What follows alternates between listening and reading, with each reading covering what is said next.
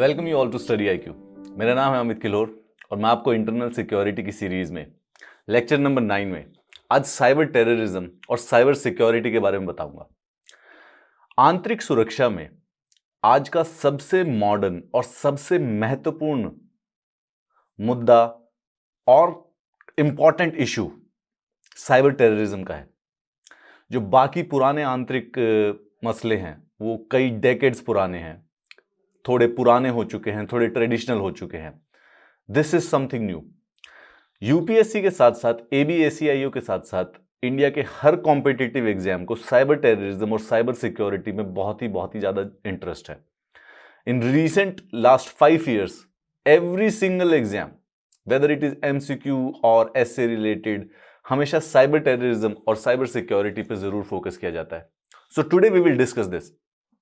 इस टॉपिक की कॉम्प्लेक्सिटी को ध्यान में रखते हुए हम इसको 2 भागों में बांटेंगे साइबर टेररिज्म वाले लेक्चर को। तो ये लेक्चर नंबर 9 होगा साइबर टेररिज्म और साइबर सिक्योरिटी पर, और लेक्चर नंबर जो 10 होगा वो भी साइबर टेररिज्म और साइबर सिक्योरिटी इसी की कंटिन्यूटी में होगा। इसका रीजन है क्योंकि इसके अंदर जितने भी टर्म्स हैं जो कि MCQ में पूछे जा सकते हैं या इंटरव्यू में पूछे जा सकते हैं वो सारे के सारे नए हैं, या फिर आपने सुना होगा लेकिन उसकी बिल्कुल एग्जैक्ट परिभाषा हो सकता है समझ में ना आई हो। तो वो सारे के सारे एग्जैक्ट टॉपिक्स को, उन वर्ड्स को, क्योंकि वो सब के सब नए हैं, उनको समझने में हमें थोड़ा सा समय लगेगा। तो इसीलिए इस पूरे के पूरे लेक्चर सीरीज को 2 भागों में बांटा गया है साइबर टेररिज्म के। तो आज है lecture number 9 but cyber terrorism and cyber security part 1। Without much ado let's begin with the class. आपके दिमाग में साइबर टेररिज्म और साइबर सिक्योरिटी से बहुत ज्यादा रिलेटेड सवाल होंगे। मैं चाहूंगा कि आप इस YouTube वीडियो के कमेंट्स के नीचे मुझे वो जरूर बताएं। I will read the comments personally and answer them for you. आज की हमारी क्लास का एजेंडा क्या होगा? आज हम पहले पढ़ेंगे कि साइबर टेररिज्म, साइबर वॉरफेयर या साइबर क्राइम आखिर होता क्या है। That would be our first concern. एक बार हमें परिभाषा पता होनी चाहिए कि साइबर टेररिज्म, साइबर वॉरफेयर या साइबर क्राइम आखिर क्या चीज है। कुछ न कुछ आपको पता है क्योंकि ये चीज रेगुलरली अखबार में आती रहती है, तो जनरल इंफॉर्मेशन आपके पास डेफिनेट होगी। हम उसकी एक एग्जैक्ट डेफिनेशन भी पढ़ने की कोशिश करेंगे। साइबर क्राइम जैसे हो सकता है आप समझते हो कि भाई जो ऑनलाइन पैसे चुरा लिए जाते हैं उनको साइबर क्राइम की कैटेगरी में, श्रेणी में रखा जाता होगा, राइट?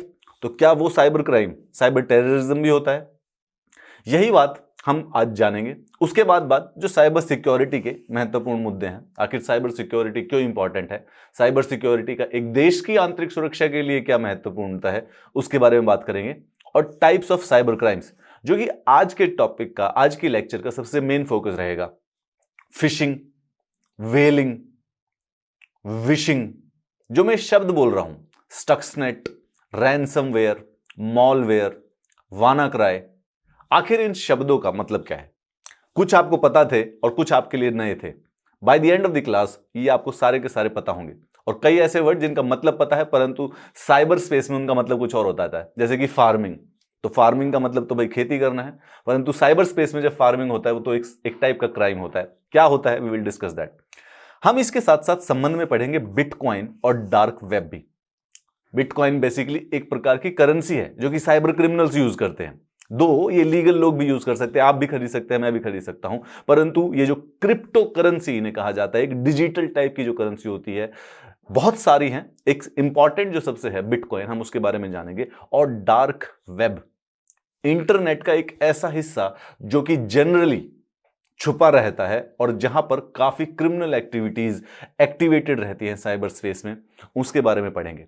यह आज के लेक्चर होगा। और कल इसी लेक्चर की कंटिन्यूएशन में जो भारत सरकार के स्टेप्स हैं साइबर सिक्योरिटी के लिए, उनके बारे में पढ़ेंगे। और जो साइबर सिक्योरिटी की पॉलिसी है उसके बारे में पढ़ेंगे। साइबर सिक्योरिटी पॉलिसी भी कल की जाएगी। And then also critical information infrastructure, जिस पर साइबर क्राइम या साइबर टेररिज्म का सबसे बड़ा खतरा रहता है, वो कल की क्लास में कंप्लीट होगा। ठीक है, तो चलिए अब सबसे पहले शुरुआत करते हैं साइबर टेररिज्म के बारे में। साइबर टेररिज्म और साइबर क्राइम एग्जैक्टली आप देखेंगे कि सिर्फ साइबर वर्ड सामने लगा हुआ है, बाकी टेररिज्म और क्राइम हम पिछले 8 लेक्चर्स में पढ़ ही चुके हैं। एग्जैक्टली ये भी वही है। साइबर टेररिज्म ऐसी चीज है जिसमें इंटरनेट का प्रयोग किया जाता है कुछ वायलेंट एक्ट करने के लिए। लेकिन जरूरी नहीं है इसके अंदर फिजिकल वायलेंस हो, याद रखिएगा। इसके अंदर कई बार डेटा वायलेंस भी इंक्लूडेड हो सकती है। डेटा वायलेंस या किसी और प्रकार का भी नुकसान किया जा सकता है।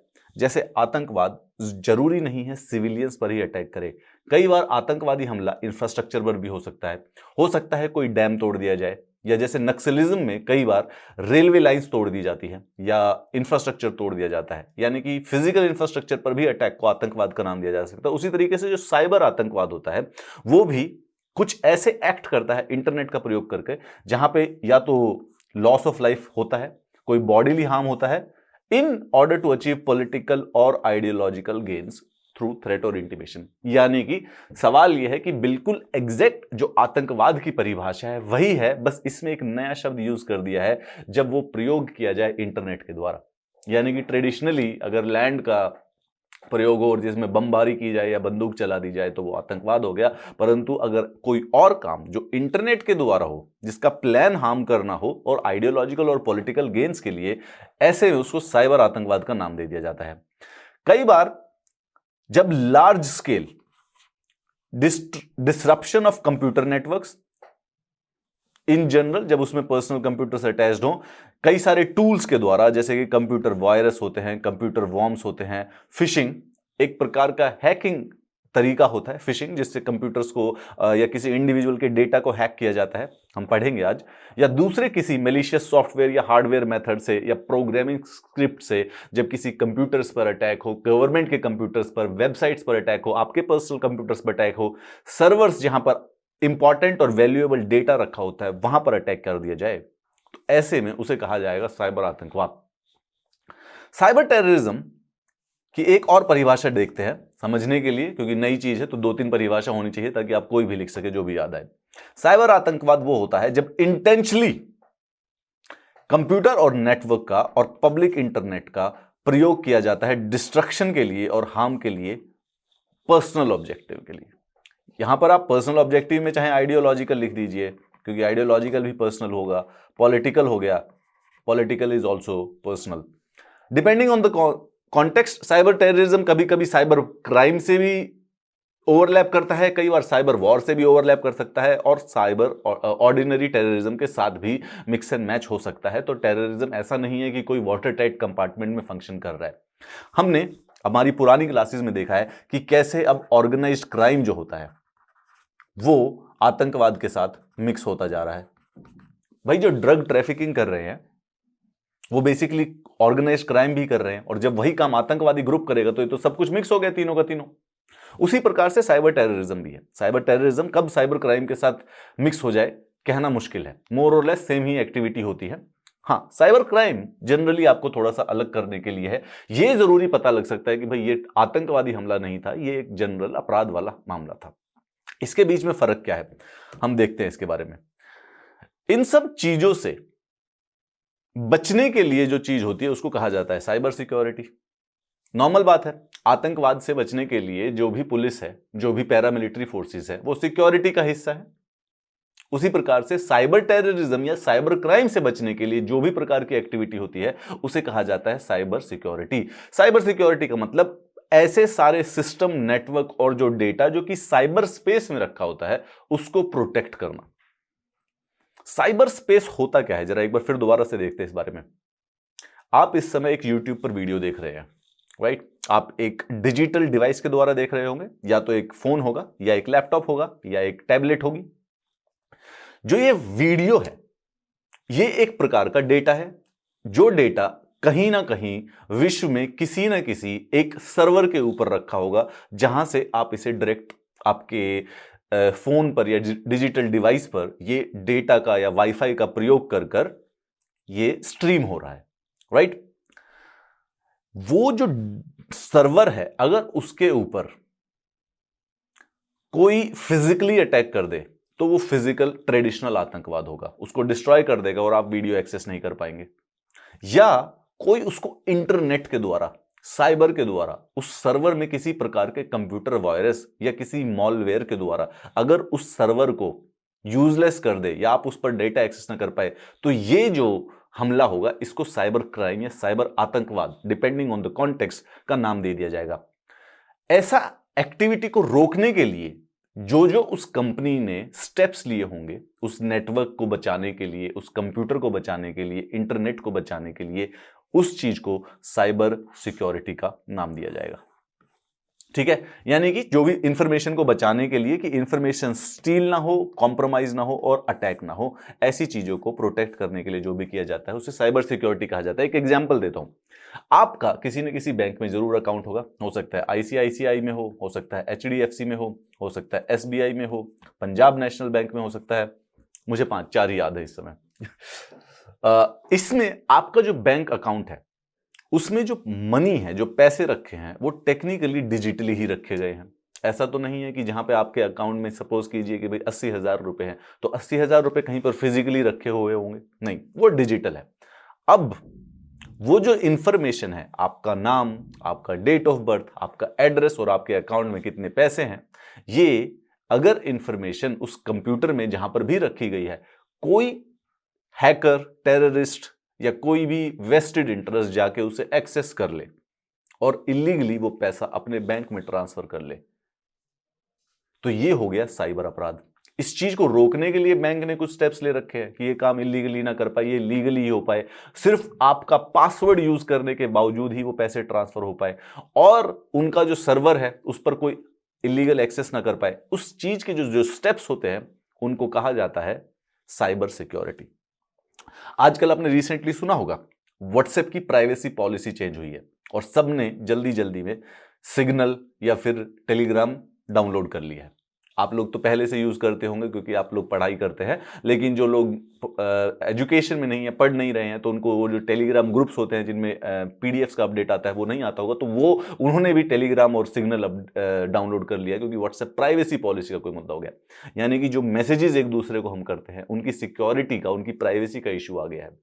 अभी तो ये मुद्दा है प्राइवेसी का, यानी कि ऐसा माना जा रहा है कि जो व्हाट्सएप की जो कंपनी है वो आपके डेटा को फेसबुक के साथ शेयर कर देगी, तो इसीलिए है। लेकिन जो डेटा व्हाट्सएप के पास है, कोई अपराधी उसको अपने किसी साइबर मॉलवेयर के द्वारा, किसी कंप्यूटर वायरस के द्वारा भी एक्सेस कर सकता हो, तो ऐसे में उसे अपराध का नाम दे दिया जाएगा। एक ऐसी इंफॉर्मेशन जो कि आपकी थी, इलीगली किसी ने वो इंफॉर्मेशन आपसे छीन ली या डिस्ट्रॉय कर दी। ठीक है, cyber security is a phenomenally complex procedure. Reason है, देखिए, जो नॉर्मल सिक्योरिटी है ना, उसको पता है कि बॉर्डर से ही टेररिस्ट आएंगे, तो बॉर्डर पर खड़े हो जाए तो बेसिकली टेररिस्ट को सामने से इमीडिएटली रोका जा सकता है। इसीलिए तो पाकिस्तान के पूरे बॉर्डर पर हमारी सेना खड़ी है, क्योंकि वहां से उनको पता है कि वो वहीं से आने वाले हैं, आसान है उनको पकड़ना। साइबर सिक्योरिटी बहुत ही कॉम्प्लेक्स चीज है। क्यों? एक तो वेरिड है, ठीक है, दसियों हजारों तरीके हैं साइबर अटैक करने के, अलग अलग प्रकार के वायरस है और हर रोज नए नए कंप्यूटर वायरस बनते रहते हैं, हर और नए नए सॉफ्टवेयर बनते रहते हैं और सब पे नया नया खतरा बना रहता है। डिफ्यूज्ड है पूरे के पूरे विश्व में, कहीं पर भी बैठ के कोई भी कर सकता है, चाहे चाइना से कर लो, चाहे नीदरलैंड से कर लो, चाहे स्वीडन से, चाहे साउथ अमेरिका से, चाहे अफ्रीका से, चाहे भारत में बैठे हुए यूरोप में अटैक कर दो, पता ही नहीं चल सकता कहां पे हो। जबकि दूसरे प्रकार की जो आतंकवाद होती है, वहां पे आतंकवादी को फिजिकली प्रेजेंट रहना पड़ता है आतंकवाद करने के लिए, तो उसको पकड़ना ज्यादा आसान है। अगर एक बार इंटेलिजेंस मिल जाए तो दबोचा जाएगा। जिसकी वजह से ये जो डिफ्यूज्ड और वेरिड नेचर ऑफ थ्रेट है, और ऊपर से इमीडिएटली उसका रिस्पॉन्स लेना बड़ा मुश्किल है। क्यों? क्योंकि कोई टेंजिबल परपेट्रेटर, मतलब कि एग्जैक्टली बंदा ही नहीं मिलेगा भाई।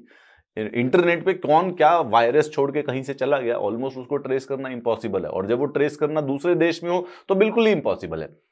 आपकी जो यूट्यूब का जो ये वीडियो आप देख रहे हो, इसका जो अपलोड करने के बाद जो सर्वर है वो भारत में नहीं होगा।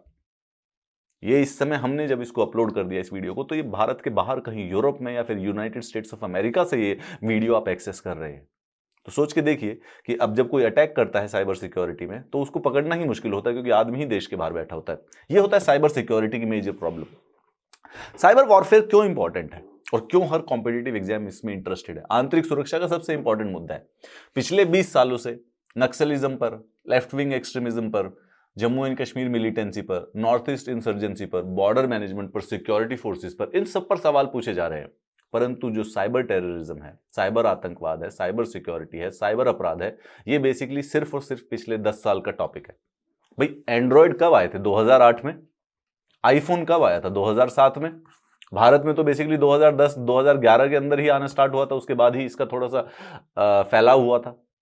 डिजिटल रेवोल्यूशन जो है वो अभी आई है पिछले 10-15 सालों के बीच में, अगर भारत की बात की जाए तो हमारा जो आईटी इंफ्रास्ट्रक्चर है, इंफॉर्मेशन टेक्नोलॉजी इंफ्रास्ट्रक्चर, वो बेसिकली हर इंपॉर्टेंट इंफ्रास्ट्रक्चर जो कि भारत की नेशनल कैपेबिलिटी से एसोसिएटेड है, जैसे कि एनर्जी हो गई, पावर ग्रिड हो गई, टेलीकम्युनिकेशंस हो गए, emergency communication system, financial system, सारे के सारे बैंकिंग सिस्टम, ओके, डिफेंस के जितने भी सिस्टम है, भाई मिसाइल भी आजकल सब इंटरनेट के द्वारा ही चलती है, स्पेस हो गया, ट्रांसपोर्ट हो गया, मेट्रो के जितने सिस्टम है वो सब कंप्यूटराइज्ड हैं। All of them can be attacked by a virus या किसी भी दूसरी स्टेट के द्वारा अटैक किया जा सकता है। लैंड रिकॉर्ड्स जो हो गए वो सबको डिजिटलाइज किया जा रहा है। पब्लिक एसेंशियल सर्विसेज जो हो गई, यूटिलिटीज जो हो गई, लॉ एनफोर्समेंट तक, ट्रैफिक कंट्रोल तक बेसिकली कंप्यूटराइज्ड हो चुका है। ये सब के सब जो भारत की नेशनल कैपेबिलिटीज है, राष्ट्रीय जो कैपेबिलिटीज हैं, ये सब की सब आजकल इंफॉर्मेशन टेक्नोलॉजी के इंफ्रास्ट्रक्चर पर बेस्ड है। 10 बता दी हैं, 2-3 भी याद करके आंसर में लिखोगे तो नंबर आएंगे। ये सब के सब कम्युनिकेशन और कमर्शियल ट्रांजैक्शंस पर डेटा एक दूसरे से एक्सचेंज करते रहते हैं। इनकी ऑपरेशनल स्टेबिलिटी और सिक्योरिटी हमारे क्रिटिकल इंफ्रास्ट्रक्चर की, जो कि ये सारे के सारे क्रिटिकल इंफ्रास्ट्रक्चर, आप सोच के देखिए, जो टेलीकम्युनिकेशन है, अगर एक बार टेलीकम्युनिकेशन टूट जाए तो पूरा का पूरा देश अंधकार में। पावर ग्रिड अगर एक बार टूट गई, एक कंप्यूटर को खराब कर दिया, उसके अंदर वायरस डाल दिया, तो पूरा का पूरा शहर अंधेरे में हो जाएगा। एयर ट्रैफिक कंट्रोल, सीधा एयर क्रैश हो जाएंगे अगर एयर ट्रैफिक कंट्रोल के कंप्यूटर के ऊपर हमला कर दिया जाए तो। Public essential services, land records अगर कोई गायब कर दे, कोई मिटा दे, तो केओस आ जाएगा, किसी को पता ही नहीं कि कौन सी जमीन किसकी है, सब के सब इलीगल उसके ऊपर कब्जा हो जाएगा। डिफेंस सिस्टम, पूरा का पूरा बैंकिंग सिस्टम्स के ऊपर अटैक हो जाए तो जो इंपॉर्टेंट क्रेडिट कार्ड डिटेल्स होती है, डेबिट कार्ड डिटेल्स होती है, वो इलीगली क्रिमिनल्स को मिल जाती है, आपकी बैंक से पैसा चुरा लिया जाएगा अगर ये होता है। ये जो इंफॉर्मेशन क्रिटिकल इंफ्रास्ट्रक्चर है, इसको बचाना बहुत ज्यादा जरूरी है, और इसी के लिए cyber security and cyber terrorism becomes N incredibly important topic for us. सवाल यह है कि साइबर थ्रेट होते क्या क्या है। हमने पढ़ लिया साइबर टेररिज्म क्या है, कुछ नहीं था। आतंकवाद जब इंटरनेट के द्वारा किया जाए तो साइबर टेररिज्म। साइबर क्राइम क्या है? अपराध जब इंटरनेट के द्वारा किया जाए तो साइबर अपराध। साइबर सिक्योरिटी क्या? ऐसी सिक्योरिटी, ऐसी सुरक्षा जो कि इंटरनेट के से रिलेटेड चीजों को करनी होती है, उसको कहा जाता है cyber security. So nothing new, सिर्फ शब्द का फर्क है। थ्रेट हाँ थोड़े से अलग है यहां पर। आतंकवाद के अंदर सिंपल थ्रेट है दो, या तो वो कहीं को हिंसा का प्रयोग करके सिविलियंस के ऊपर अटैक कर सकते हैं, या इंफ्रास्ट्रक्चर पर अटैक कर सकते हैं। दो साइबर थ्रेट अलग अलग के होते हैं। देखिए मैं कुछ कुछ आपके सामने हैं, थोड़े थोड़े से हम डिस्कस करेंगे सारे के सारे। मालवेयर क्या है सब पता चलेगा। कुछ वेब बेस्ड, यानी कि जो क्रोम आप जो ब्राउजर यूज करते हैं उस web based attacks. Fishing, PHISHING, fishing जैसे एफ होता है, एफ से होता है फिशिंग यानी मछली पकड़ना, उस स्पेलिंग को कर दीजिए एफ की बजाय PH, fishing. Web application attacks, ये जो आप एंड्रॉयड का फोन या एप्पल का फोन यूज करते हैं, इसके ऊपर जो ऐप होते हैं इस पर भी अटैक किए जा सकते हैं इलीगली। स्पैम, ईमेल पे आते हैं बड़े सारे से, आपके जो ईमेल का जीमेल का फोल्डर है वहां पर इनबॉक्स के साथ साथ नीचे कहीं पर जाके देखिए एक स्पैम का भी फोल्डर होगा, और अभी जाएंगे तो उसमें देखेंगे स्पैम पर क्लिक करेंगे तो कई सारे उसके अंदर क्या नाम है ईमेल्स होंगे जो कि स्पैम ईमेल्स होते हैं। Will discuss that.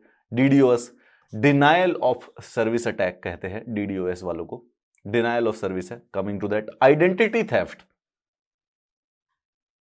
आपकी जो डिजिटल आइडेंटिटी है, सपोज कीजिए आपका जो फेसबुक का अकाउंट है उसको कोई और चुरा ले, उसका कहीं से हैक करके उसका पासवर्ड चुरा ले और खुद पासवर्ड बदल के खुद ही उसको यूज करने लग गया, और आपके नाम से आपके दोस्तों को कुछ ना कुछ मैसेज करने लग गया, यानी कि एक तरीके का आइडेंटिटी थेफ्ट हो गया। आपका जो डिजिटल डोमेन में जहां जहां पर भी आप करते हैं, आपका यूट्यूब, आपका इंस्टाग्राम, आपका फेसबुक, आपका ट्विटर, ये सब आपकी डिजिटल आइडेंटिटी का पार्ट है। आप जब उस चीज को चुरा लिया जाएगा तो उसको कहा जाएगा identity theft. Data breach, insider threat, insider threat कहने का सरल सा मतलब ये होता है कि किसी भी आईटी इंफ्रास्ट्रक्चर को दो तरीके के थ्रेट होते हैं। एक तो बाहर से एक्सटर्नल थ्रेट होगा, जो बाहर से कंप्यूटर, बाहर से वायरस आ सकता है। एक इंटरनल भी हो सकता है, जो आदमी उसको रोज एक्सेस कर सकता है। हो सकता है वो भी तो डेटा चुरा के बाहर ले जा सकता है। सपोज कीजिए आप कुछ क्रिमिनल्स होते हैं या कुछ लोग हैं जो कि ऐसी जगह पर काम करते हैं जिनके पास बहुत ही सेंसिटिव डेटा है, ठीक है। अब वो तो कंप्यूटर रोज एक्सेस कर रहा है, वहां पे पेन ड्राइव लगाया, सारा का सारा डेटा ट्रांसफर किया सेंसिटिव वाला, और सारा का सारा डेटा जाकर बाहर किसी को बेच दिया। पेटीएम और फोन पे का एग्जाम्पल लीजिए। तो पेटीएम के किसी एम्प्लॉय ने वहां पर काम किया, वहां पे काम करने लगा, तो पेटीएम का जो डेटा था, इंपॉर्टेंट डेटा, जो कस्टमर्स का डेटा था, आपके फोन नंबर्स, आपके ट्रांजैक्शंस, आपके अकाउंट में कितने पैसे हैं, ये सारा का सारा डेटा एक पेन ड्राइव में लिया और जाके फोन पे को बेच दिया। इस प्रकार से इसको कहा जाएगा internal threat. Bot net, coming to this, physical manipulation, damage, theft and loss. Physical manipulation मतलब कि वन वे और दी अदर जो साइबर या डिजिटल डेटा होता है वो लास्ट में जाके कहीं ना कहीं एक फिजिकल लोकेशन में सेव्ड होता है, ठीक है। आपके कंप्यूटर पर या आपके फोन पर इस समय फोटोग्राफ्स होंगे, वीडियोस होंगे और व्हाट्सएप के मैसेजेस होंगे, सब डिजिटल है। उसको कोई हाथ में तो टच नहीं करता उन फोटोग्राफ्स को। 5,000 से भी ज्यादा जो आपने फोटो खींची हुई है उनको कोई हाथ में तो नहीं टच कर सकता है जब तक प्रिंट आउट नहीं लोगे, परंतु एटलीस्ट कहीं ना कहीं वो फोन में फिजिकली लोकेटेड होते हैं, फोन के अंदर फिजिकली लोकेटेड है। मतलब this is the physical location of all the photographs, all the videos of yours, ठीक है। तो जो ये फिजिकल लोकेशन है, अगर इसको ही डैमेज कर दिया जाए तो आपका पूरा डेटा भी डैमेज हो जाएगा, यानी कि फिजिकल मैनिपुलेशन, थेफ्ट हो गया, डेटा हो गया। इंफॉर्मेशन लीकेज, रैंसमवेयर, मालवेयर का ही एक वर्जन है रैंसमवेयर। साइबर एस्पियोनाज, यानी कि इस प्रकार से सीक्रेट जो ऐसी एस्पियोनाज जो कि इंटरनेट के द्वारा की जाती है। क्रिप्टो जैकिंग, क्रिप्टो करेंसी को जैक कर लिया जाता है। ये सारे के सारे साइबर थ्रेट्स के बारे में पढ़ते हैं, और सबके सब अलग बात है कि आज की जो टॉपिक का मुद्दा है वो इन्हीं चीजों को जानना है, क्योंकि ये हर एक वर्ड आपको एमसीक्यू में पूछा जा सकता है। और अगर इंटरनल सिक्योरिटी पे कभी भी इंटरव्यू में, अगर आप कहीं पे भी इंटरव्यू दे रहे हैं किसी भी कॉम्पिटिटिव एग्जाम का, और सवाल उठ गया साइबर टेररिज्म का, साइबर सिक्योरिटी का, तो यही क्वेश्चंस पे आपसे क्रॉस क्वेश्चनिंग की जाएगी। क्या होता है फिशिंग, क्या होता है इंटरनल थ्रेट साइबर सिक्योरिटी के कॉन्टेक्स्ट में, क्या होता है SQL injection threat, man in the middle attack, password attack, drive bye attack, eaves dropping attack, ransomware attack, ये सब किस किस प्रकार के अटैक हैं। By the end of this class, you will have complete information. Cyber threat जो होते हैं, साइबर खतरे जो है, काफी सारे हैं, ठीक है। एक तो simple hacking of email, normal है, आपकी ईमेल हैक कर ली। देखिए, आपका जो फोन है उसका जो पासवर्ड है, जब वो आपका छोटा भाई कहीं से छुप के देख लेता है, और वो छोटी सिस्टर ने छुप के आपका पासवर्ड देख लिया, कोड देख लिया, क्या पासवर्ड है, 1111, ये आपने पासवर्ड रखा हुआ था, और उसने कहीं पीछे से छुप के देख लिया, और उसके बाद आपके पीछे से उस फोन खोल लिया, तो ये सबसे छोटे लेवल का एक तरीके का साइबर अपराध माना जाएगा। इस पर कोई जेल नहीं होती है, परंतु यस, आपका जो प्राइवेट डेटा था वो किसी ने इलीगली एक प्रकार की फिजिकल हैकिंग करके ले लिया। क्योंकि वो घर वाले ने ही किया तो अपराध में काउंट नहीं होता है, परंतु अगर कोई बाहर वाला करता है तो टेक्निकली ये एक क्राइम होगा, ठीक है।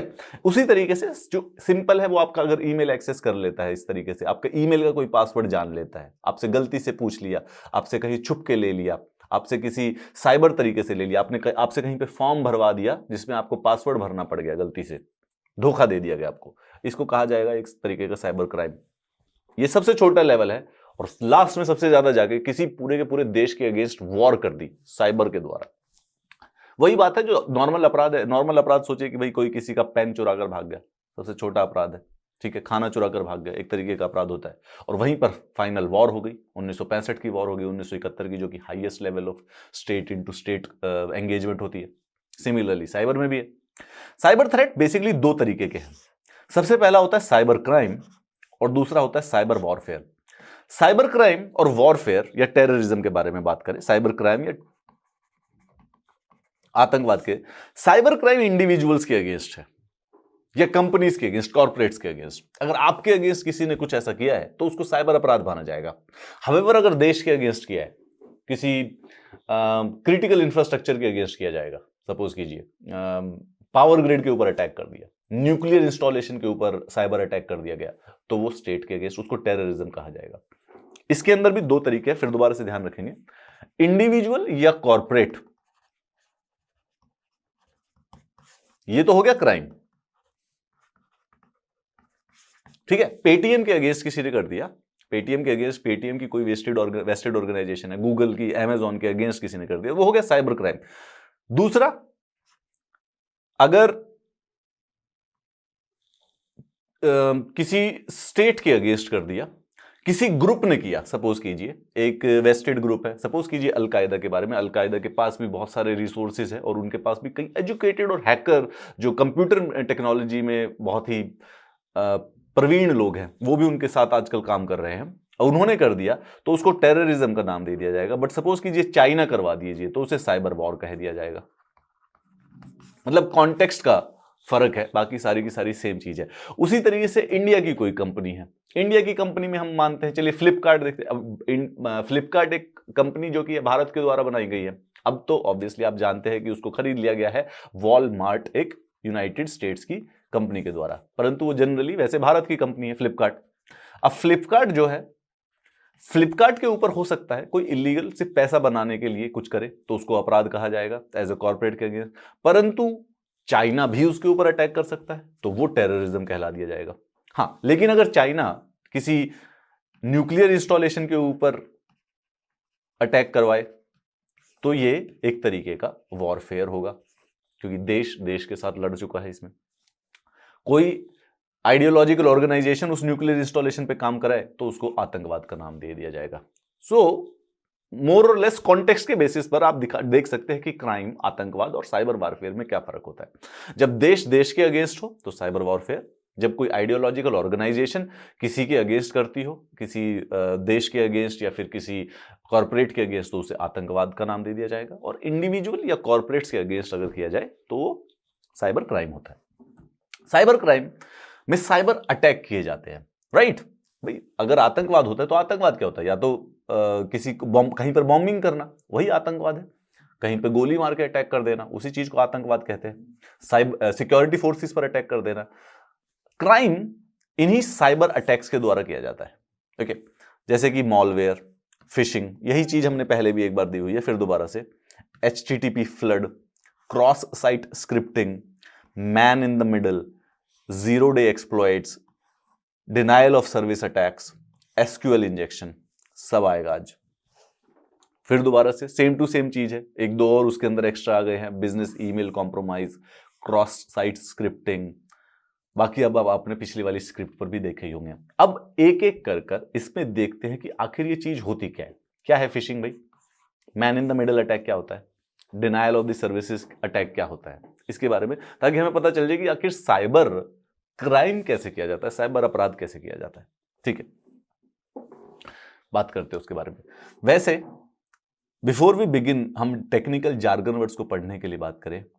साइबर अपराध और ट्रेडिशनल अपराध में, क्राइम में कोई खास फर्क नहीं है, वही चीजें हैं यहां पर भी।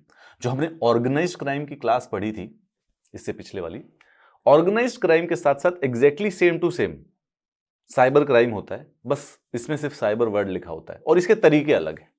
ऑर्गेनाइज्ड क्राइम में ड्रग ट्रैफिकिंग है, ह्यूमन ट्रैफिकिंग है, सुपारी लेना, कॉन्ट्रैक्ट किलिंग है, गैम्बलिंग है, वो उनके तरीके हैं साइबर क्राइम, ट्रेडिशनल क्राइम करने के। यहाँ पर साइबर क्राइम करने के जो अटैक के जो तरीके होते हैं इंटरनेट के द्वारा है, तो उनके लिए एक अलग से नई टर्मिनोलॉजी बनी हुई है और एग्जाम के पर्पज से यही टर्मिनोलॉजी यहाँ पर इंपॉर्टेंट है।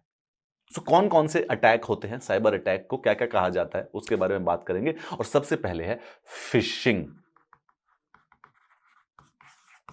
बिल्कुल एग्जैक्टली, मछली पकड़ना, फिशिंग, उसी से बनाया हुआ, उसी वर्ड का एक दूसरा सा डिफरेंस है। ठीक है, 3 वर्ड मैं आपको बताऊंगा। पहला है फिशिंग, दूसरा है वेलिंग और तीसरा है विशिंग। ये तीनों के तीनों वर्ड एक दूसरे से संबंधित हैं और तीनों के तीनों देखेंगे तो मछली पकड़ने से ही संबंधित है, बस पहले 2 तो है, तीसरा नहीं है। चलिए, फिशिंग का मतलब एग्जैक्टली जो आप स्क्रीन पर इमेज देख रहे हैं ना, वही है, मछली पकड़ना एक कंप्यूटर से दूसरे कंप्यूटर तक, इसको फिशिंग कहा जाता है। अगर आप कहीं ना कहीं पे इसके कांटेक्ट में जरूर आए होंगे फिशिंग के। हो सकता है आपका डेटा फिश नहीं किया हो, आप मछली पकड़े ना हो, आप जाल में नहीं आए हो। अब याद रखिए कि फिशिंग जो होती है, फिशिंग में एक बेट डाली जाती है ना। मछली को अगर आप लेक के किनारे बैठे हो तो बेट डालते हैं और उस बेट से मछली फंस जाती है और फिर आप उसको मछली को खींच लेते हैं। ये होता है फिशिंग। सिमिलरली जो फिशिंग है, पीएच वाली फिशिंग वाली है, ये एक तरीका होता है जिससे इंफॉर्मेशन एक्वायर की जाती है, user name, password, credit card detail, कभी कभी पैसा भी directly, by masquerading as trustworthy entity in an electronic communication. क्या सर कुछ और बताओ, ये तो नहीं समझ आया। देखो, आपके पास कभी कभी फोन आया है कि मैं बैंक से बोल रहा हूं, आपके पास एक ओटीपी आएगा, वो ओटीपी हमें देना है। इस चीज को कहा जाता है फिशिंग। वो आपकी इंफॉर्मेशन फिश कर रहे हैं, वो भी एक हैकिंग का ही पार्ट है, ठीक है। वो सिर्फ पूछ रहे हैं परंतु उसको भी हैकिंग ही कहा जाएगा, वो भी एक प्रकार का साइबर क्राइम होगा। आपने न्यूज जरूर पढ़ी होगी कि कुछ एजेड लोग होते हैं, उनके बैंक अकाउंट से ट्रांसफर हो गए, उनसे झूठ बोल के उनकी बैंक अकाउंट डिटेल्स ले ली गई। उनके पास फोन आया, मैं आपके बैंक से बोल रहा हूं, आपके बैंक में कुछ एरर आ गई है, आपकी इंटरनेट बैंकिंग में कोई प्रॉब्लम आ गई है, आप मुझे अपनी डिटेल शेयर कीजिए, हम उसे शुरू सही कर देते हैं। और वो उनको क्योंकि उनको इस बारे में पता नहीं होता है, इस इग्नोरेंस में वो उनको वो डिटेल शेयर कर देते हैं, पासवर्ड शेयर कर देते हैं, अपनी इंटरनेट बैंकिंग की आईडी शेयर कर देते हैं, और जिससे जो क्रिमिनल होता है वो पैसा कहीं और ट्रांसफर कर लेता है। इस चीज को कहा जाता है फिशिंग। ये कई प्रकार से होते हैं। आपके पास कई बार मैसेज पर कुछ लिंक आते होंगे क्लिक करने के लिए, उनके द्वारा फिशिंग की जा सकती है। जो आप क्लिक करेंगे उसमें आपको ऐसे अचानक से आईसीआईसी बैंक की, आपके बैंक की वेबसाइट खुल जाएगी, जहां पे आपसे आपकी इंटरनेट बैंकिंग आईडी और पासवर्ड मांगा जाएगा। आप इंटरनेट बैंकिंग आईडी और पासवर्ड भर देंगे, परंतु वो टेक्निकली असली में वो आपकी बैंक की वेबसाइट ना होकर एक फ्रॉड वेबसाइट होगी। उस पर आपकी बैंक की वेबसाइट नहीं खुलेगी, परंतु आपकी जो डिटेल है, लॉगिन डिटेल्स, वो क्रिमिनल्स के पास चली जाएगी, which will then be used to siphon off your money. इस चीज को फिशिंग कहा जाता है। ये जो तरीका होता है, कई बार आपको ईमेल में भी आता है कि ईमेल में आपको कुछ इंफॉर्मेशन पूछ ली जाती है, किसी भी प्रकार की, चाहे पासवर्ड पूछ लिया गया, चाहे क्रेडिट कार्ड इंफॉर्मेशन पूछ ली गई, आपका यूजर नेम, आपका ईमेल का यूजर नेम पूछ लिया गया। आपको मालूम है कि आपका बैंक का अगर पासवर्ड भूल जाएंगे आप, तो उसको रीसेट करने का क्या तरीका है, आपके ईमेल में ही उसकी रीसेट की इंफॉर्मेशन आएगी। तो अगर किसी ने आपका ईमेल का पासवर्ड कहीं से चुरा लिया, यूजर नेम चुरा लिया, तो वो बेसिकली आपका पासवर्ड रीसेट कर सकता है बैंक का, और एक बार बैंक का पासवर्ड रीसेट हो गया तो उसके बाद वो पैसा भी निकाल सकता है। ये जो तरीका होता है, एक दूर बैठे बैठे कहीं से मछली पकड़ना, किसी भी प्रकार के झूठ की बेट डालकर, इस चीज को कहा जाता है फिशिंग। ठीक है, कई बार होता है, आपने देखा भी होगा, कभी किसी सोशल मीडिया वेबसाइट से, कोई auction site, bank, online payment processor, ये आते हैं और धीरे धीरे कई बार जो अनसस्पेक्टिंग होते हैं, जिन लोगों को इसके बारे में ज्यादा इंफॉर्मेशन नहीं होती है, बोल देते हैं कि हम तो फेसबुक से कॉल कर रहे हैं, आप एक बार जो है लॉग इन कर लीजिए, हम कुछ अपडेट कर रहे हैं, कुछ इनाम जीत रहे हैं आप कुछ बड़े लोग जो होते हैं 50 साल से ऊपर के हैं, 45 साल के, माता पिता की एज के जो है, उनको जनरली, वैसे तो खैर ऐसी बात नहीं है इसमें, 20-25 आपकी एज के भी लोग कई बार इस झांसे में आते ही हैं, यंग लोग भी आ जाते हैं कई बार इन झांसों में। तो वो इस अनसस्पेक्ट के कारण, अनसस्पेक्टिंग नेचर के कारण और इग्नोरेंस के कारण वो इंफॉर्मेशन दे देते हैं, जो कि बेसिकली एक तरीके का फाइनली क्राइम हो जाता है। Fishing emails may contain links to websites that are infected with malware।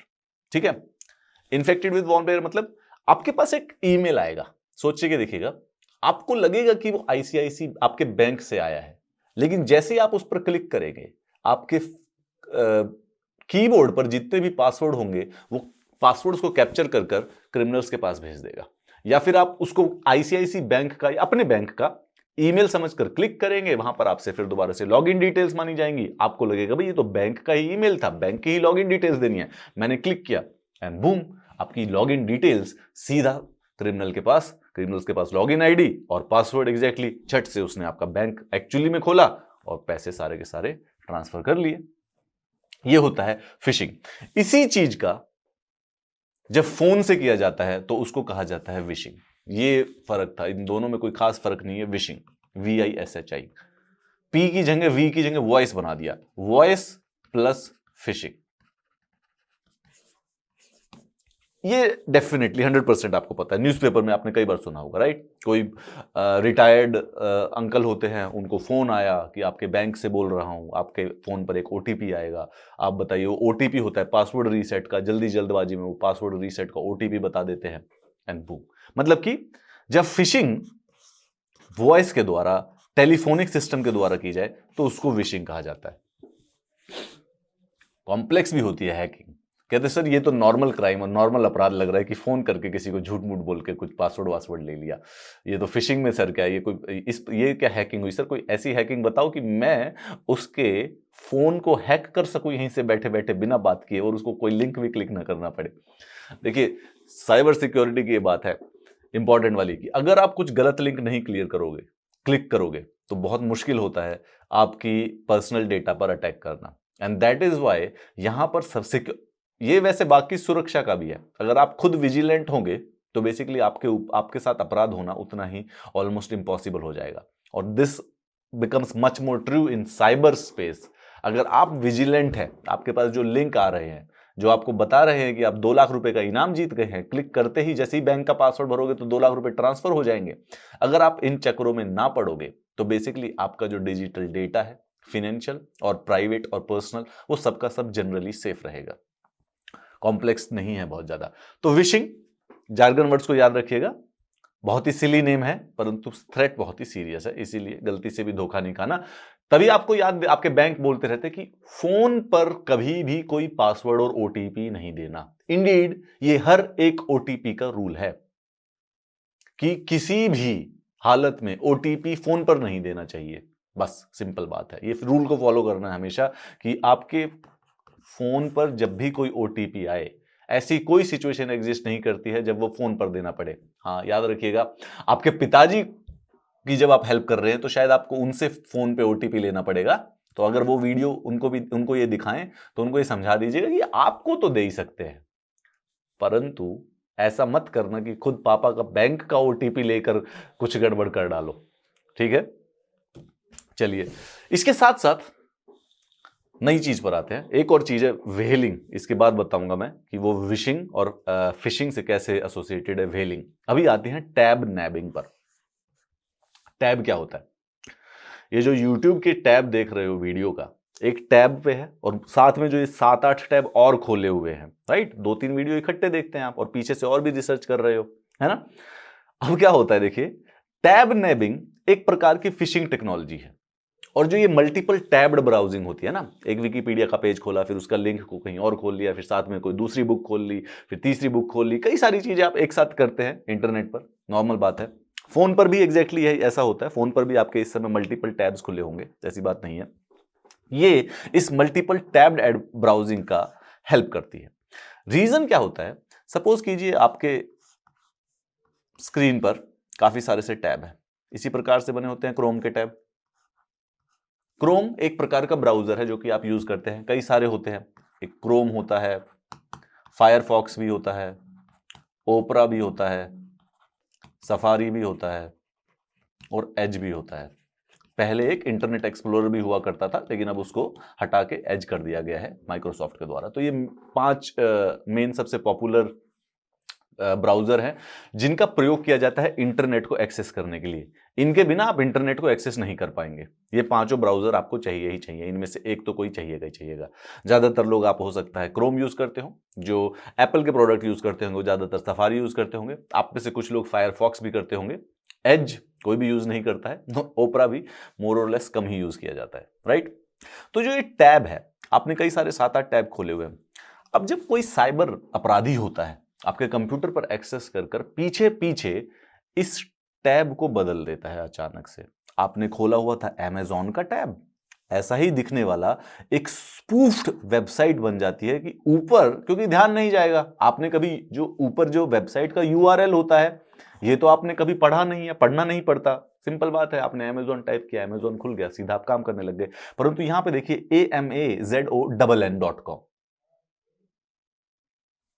यानी आपके टैब पे जहां पे अमेज़न खुला हुआ था, वहां पे अचानक से कोई भी साइबर अपराधी उसको बदल के उसको दूसरा टैब कर लेता है। टैब नैबिंग, किड नैपिंग की तरह टैब को नैब कर लिया गया, टैब को किडनैप कर लिया गया। This is what is known as tabnapping. अब यहां पे आपने चुपचाप से जाके अमेजोन के ईमेल और पासवर्ड डाले, जैसे ही ईमेल और पासवर्ड डालोगे ये इंफॉर्मेशन जाएगी क्रिमिनल के पास, एंड जब आप सो जाओगे, याद रखिए आपके अमेजोन पे आपके डेबिट कार्ड और क्रेडिट कार्ड पहले से ही डला हुआ है, राइट? अमेजोन पे में भी आपके पैसे हो सकते हैं, राइट? उस समय वो अमेजोन से कोई भी जगह बुला सकता है। Same thing can happen with the bank also. आप बैंक की कोई वेबसाइट यूज कर रहे हो, प्राइमरली बैंक पे ही अटैक होते हैं ज्यादातर ऐसे वाले, बैंकिंग वेबसाइट्स के ऊपर ही, ठीक है?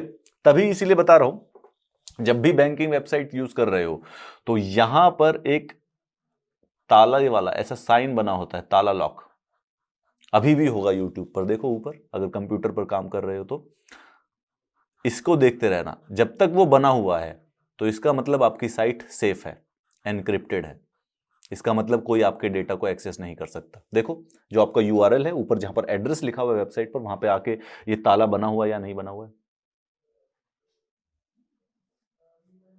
बैंकिंग वेबसाइट पर ये जरूर बना होता है, जब भी आप उस पर क्लिक करेंगे तो आपको बता दिया जाएगा कि ये information completely safe and secure है, बी फ्री। जो फ्रॉड वेबसाइट होती हैं उन पर ये कभी भी नहीं होता है। अगर आपको दिख जाए कि वो नहीं है तो वो वेबसाइट गड़बड़ कर सकती है। ये तरीका होता है। इसमें यूजर को फ्रॉडलेंट साइट पर डायरेक्टली नहीं ले जाती। फिशिंग का क्या प्रोसेस होता है? आपके पास ईमेल आया, आपने लिंक क्लिक किया तो डायरेक्टली आपके पास फ्रॉडलेंट वेबसाइट खुल गई। इसमें आप आराम से टैब कर रहे थे, अब कुछ नहीं है, आपके टैब को ही बदल दिया गया। अब वो वेट करेगा कि कब आप ऑटोमेटिकली आके अमेजोन पे जाओगे या अपने बैंक वेबसाइट पे जाओगे। आप देखोगे ये तो लॉग आउट हो गया, झट से लॉग इन करोगे ऑटोमेटिकली, बूम, आपकी सारी की सारी इंफॉर्मेशन उनके पास। इसको कहा जाता है टैब नैबिंग, अर्थात कि जो टैब ब्राउजिंग होती है, अलग अलग टैब जो होते हैं उनको बेसिकली किडनैप कर लेना एक तरीके से इलीगली। वेलिंग, वेलिंग जो शब्द है वो फिशिंग, विशिंग से एसोसिएटेड है। फिशिंग मतलब कि मछली पकड़ना, तो मछली होगी एक सिंगल इंडिविजुअल, ठीक है? आपको जब इलीगली कोई क्राइम करेगा तो उसको कहा जाएगा कि आपको मछली पकड़ने की कोशिश कर रहा है, फिशिंग। जब वो फोन के द्वारा मछली पकड़ने की कोशिश करेगा उसे विशिंग कहा जाएगा। इसी के कॉन्टेक्स्ट में साइबर सिक्योरिटी या साइबर क्राइम में एक वर्ड आता है वेलिंग का। इसमें सिर्फ टारगेटेड जो इंडिविजुअल होता है उसके कॉन्टेक्स्ट में ये नाम बदल गया। सपोज कीजिए ये सुंदर पिच्चई के ऊपर अटैक किया गया। सुंदर पिच्चई गूगल के सीईओ हैं, या सत्या नडेला के ऊपर अटैक किया गया जो कि माइक्रोसॉफ्ट के सीईओ हैं। तो वो क्योंकि बहुत ही बड़े और इंपॉर्टेंट आदमी हैं, राइट? क्या कि वो तो सीईओ हैं एक वर्ल्ड की बड़ी सबसे बड़ी कंपनी के, टिम कुक के ऊपर अटैक किया गया, इलॉन मस्क के ऊपर अटैक किया गया। तो ऐसे में उसे फिशिंग ना कहकर व्हेलिंग कहा जाएगा कि मछली नहीं पकड़ी भाई, पूरी की पूरी व्हेल पकड़ने की कोशिश की गई है, क्योंकि वो तो बड़ी मतलब बड़ी मछली पकड़ने की कोशिश की गई। ये है जब फिशिंग अटैक सीनियर एग्जीक्यूटिव्स के ऊपर या कोई और हाई प्रोफाइल टारगेट्स हो गए, सचिन तेंदुलकर हो गए, बिजनेसमैन हो गए, बड़े एमपी हो गए, प्राइम मिनिस्टर हो गए, जब उनके ऊपर अटैक किया जाए, ठीक है, तो ऐसे में उनको कहा जाएगा कि वो वेलिंग अटैक किया गया है, यानी मछली नहीं बड़ी वेल पकड़ने की कोशिश की गई है फिशिंग अटैक के द्वारा। प्रोसेस वही रहेगा, इलीगल ईमेल भेजना, टैब नैपिंग कर लेना या फोन के द्वारा कर लेना, ये काम यही रहेंगे, फिशिंग के द्वारा, विशिंग के द्वारा या टैब नैबिंग के द्वारा होगा यही, बस इसमें सिर्फ इतना ही फर्क है। तो वेलिंग का जो ये वर्ड है ये कहीं ना कहीं पे आपसे एमसीक्यू में पूछा जा सकता है। कैसे क्वेश्चन आएंगे आपसे एमसीक्यू के? सपोज कीजिए आपसे पूछा गया, एक क्वेश्चन आ सकता है क्वेश्चन में, which of these are cyber attacks? ठीक है, अब आपसे ऐसे करेंगे ये कि आप पूछ लेंगे, जैसे यहां पर लिखा फिशिंग, दूसरा विशिंग, तीसरा वेलिंग और चौथा कर दिया फिशिंग, कंफ्यूज करने के लिए, ठीक है? अब क्योंकि अब आपको पता है तो you will not get it wrong, परंतु कंफ्यूज हो सकता है कोई बच्चा कि फिशिंग भी मछली पकड़ना है, वेलिंग भी वेल पकड़ना है, तो ये दोनों तो नहीं हो सकते, तो हो सकता है गलत लगा दे। परंतु वेलिंग भी साइबर सिक्योरिटी के अटैक में एक ऐसा अटैक है जब बड़े हाई प्रोफाइल टारगेट से एग्जीक्यूटिव के ऊपर फिशिंग अटैक किया जाता है, तो उस चीज को कहे जाते हैं वेलिंग। भाई ये है काफी इंटरेस्टिंग। अब आ रहा है, अब हम थोड़े डीप मतलब कॉम्प्लेक्स वाले अपराधों में घुस रहे हैं। रैंसमवेयर, इंडीड यही है जो असली खतरे हैं अब जीवन के अंदर। रैंसमवेयर इसमें क्या किया जाता है, आप किसी अनसिक्योर वेबसाइट को किसी दिन इंटरनेट के द्वारा एक्सेस करेंगे, आप वहां पे किसी लिंक को क्लिक करेंगे गलती से या फिर क्यूरियोसिटी से, आपको आपको आपने वेबसाइट खोला, आपको लगा कि भाई मैं तो आईफोन जीत गया हूं, आपने खुशी खुशी में क्लिक कर दिया कि अब तो आईफोन मेरा ही है, आपने क्लिक किया। कुछ नहीं होगा, आपको पता भी नहीं चलेगा, परंतु उस क्लिक से इमीडिएटली एक रैनसमवेयर, एक ऐसा सॉफ्टवेयर, समझ लीजिए सॉफ्टवेयर, रैनसमवेयर क्या हुआ, टेक्निकली एक सॉफ्टवेयर है लेकिन जो रैनसम मांगेगा यानी फिरौती मांगेगा, एक ऐसा सॉफ्टवेयर, एक सॉफ्टवेयर। लेकिन सॉफ्टवेयर वो चीजें होती हैं जो आपके लिए काम करते हैं। एंड्रॉयड जो है वो सॉफ्टवेयर है, विंडोज जो है वो सॉफ्टवेयर है, क्योंकि वो आपके लिए काम करते हैं, वो सब अच्छे हैं। तो जो गलत काम करते हैं उसको सॉफ्टवेयर की बजाय मॉलवेयर कहा जाता है। और ऐसा मॉलवेयर जो आपसे फिरौती मांगे उसको रैनसमवेयर कहा जाता है। यानी हैं तीनों सेम चीजें, प्रोसेस मतलब इनके उद्देश्य अलग अलग है। सॉफ्टवेयर जो काम अच्छा करे, आपके लिए जो काम करे, उसको कहा जाता है सॉफ्टवेयर। मालवेयर ऐसा सॉफ्टवेयर जो कि गलत काम करता हो, वो मॉलवेयर। और ऐसा सॉफ्टवेयर जो कि आपसे फिरौती मांगना स्टार्ट कर दे उसको कहा जाता है रैनसमवेयर। यानी कि आप अपने वेबसाइट पर गए, आपने एक लिंक क्लिक किया और आपके कंप्यूटर पर या लैपटॉप पर या फोन पर एक सॉफ्टवेयर डाउनलोड हो जाएगा, यानी कि एक मॉलवेयर डाउनलोड हो जाएगा। और वो मॉलवेयर बेसिकली आपके पूरे के पूरे कंप्यूटर के डेटा को कैद कर देगा और आपको मैसेज देगा कि जब तक फिरौती नहीं दोगे ये डेटा नहीं खुलेगा अब कभी भी। इसमें दो नाम याद रखिए, अभी रिसेंटली पिछले 5 सालों में 2 मॉलवेयर आए थे जिनका नाम था पेटिया वायरस और एक का नाम था वानाक्राई। तो क्या होता था बच्चों, वानाक्राई जैसे आपने कहीं वेबसाइट पर गए, आपने क्लिक किया, इंटरनेट से वानाक्राई आपके कंप्यूटर पर डाउनलोड हो गया और इमीडिएटली आपके कंप्यूटर को वो ब्लॉक कर देता था, लॉक कर देता था, एनक्रिप्ट कर देता था कि अब ऐसा कोई तरीका नहीं था कि आप अपने कंप्यूटर पर बैठे हुए इंफॉर्मेशन एक्सेस कर सके। यानी आपके बचपन से लेकर आज तक की जितनी भी फोटो थी वो हो गई लॉक। और फिर उसके बाद ये वानाक्राई आपसे मांगता फिरौती कि जब तक 20,000 रुपए ट्रांसफर नहीं करोगे तब तक आपका ये डेटा आपको नहीं मिलेगा, या फिर इस डेटा को 3 दिन के बाद मैं कंप्लीटली डिस्ट्रॉय कर दूंगा। अब आप फंस गए भाई, बचपन से लेके आज तक की जितनी फोटो थी, जितने होमवर्क किए हुए थे, वो सारी मूवीज जो 400 जीबी 500 जीबी की मूवीज डाउनलोडेड थी वो सब की सब, और भी इंपॉर्टेंट डेटा आपका कंप्यूटर में हो सकता है। अब सोचिए ये काम जब किसी कंपनी के कंप्यूटर से कर दिया जाए तो आपका तो इस समय प्राइवेट डेटा है, फोटोज से नुकसान होगा। और कहीं पर जहां पर कॉर्पोरेट डेटा हो, एक्सेल शीट्स बनी हुई थी, क्लाइंट्स के साथ जो डीलिंग्स थी वो बनी हुई थी, उनको ब्लॉक कर दिया जाता था। तो ये अटैक हुआ था वानाक्राई या पेटिया वायरस, यानी ये वायरस के नाम है, रैनसमवेयर के नाम है। आपके कहीं भी पूछे जाए तो क्या है, ये रैनसमवेयर के नाम। ऐसा ऐसा कुछ कुछ होता था। देखिए अगर आपके कंप्यूटर पे रैनसमवेयर अटैक करता है तो आपके कंप्यूटर पर ऐसा मैसेज आ जाता है, बताता है कि आपके कंप्यूटर को क्या हुआ, आपके कंप्यूटर की फाइल एनक्रिप्ट हो गई है, जो फोटो वीडियो डेटाबेस हैं कोई भी एक्सेसिबल नहीं है, आप अपने कंप्यूटर पर कुछ एक्सेस नहीं कर पाओगे क्योंकि वो एनक्रिप्ट हो गए हैं। ठीक है, कह रहे हैं कि आप उसको ढूंढेंगे कि उसको खोल दिया जाए, बट वो खुलेगा नहीं और वो खुलता भी नहीं है। ठीक है, कोई तरीका नहीं है। Nobody can recover this files without the decryption service. Decryption service के अलावा इसको फाइल को कोई रिकवर नहीं कर सकता। कैसे करेंगे, आपके पास ज्यादा समय नहीं है, सिर्फ और सिर्फ डिक्रिप्ट कर सकते हैं, लेकिन डिक्रिप्ट तभी होंगी जब आप पैसा देंगे। 3 दिन के अंदर अंदर पेमेंट दे दो, वरना पैसा डबल कर दिया जाएगा, और 7 दिन में भी पे नहीं करोगे तो जिंदगी में कभी भी फाइल को रिकवर नहीं। फिरौती, ये एग्जैक्ट आप देखिए, लैंग्वेज वही है आपका, मतलब वही वाली जो पुरानी मूवीज में आती थी, बच्चा मेरे पास है, अगर पुलिस को खबर करने की कोशिश की तो बच्चे को मार दिया जाएगा, तो 15 लाख रुपए काली पहाड़ी के पीछे लेकर आ जाओ। ये एग्जैक्टली वही लैंग्वेज है, क्योंकि रैनसमवेयर है, फिरौती मांगी जा रही है। ठीक है, payment is accepted in bitcoin. Bitcoin के बारे में आज हम पढ़ेंगे, क्यों वो डिजिट मतलब पैसे वो बैंक अकाउंट में और बैंक अकाउंट से नहीं ले रहे हैं, वो बिटकॉइन से पैसे क्यों लेने की कोशिश कर रहे हैं। ये वानाक्राई का स्क्रीनशॉट है, ये ओरिजिनल है, ये ऐसा ही हुआ था लिटरली।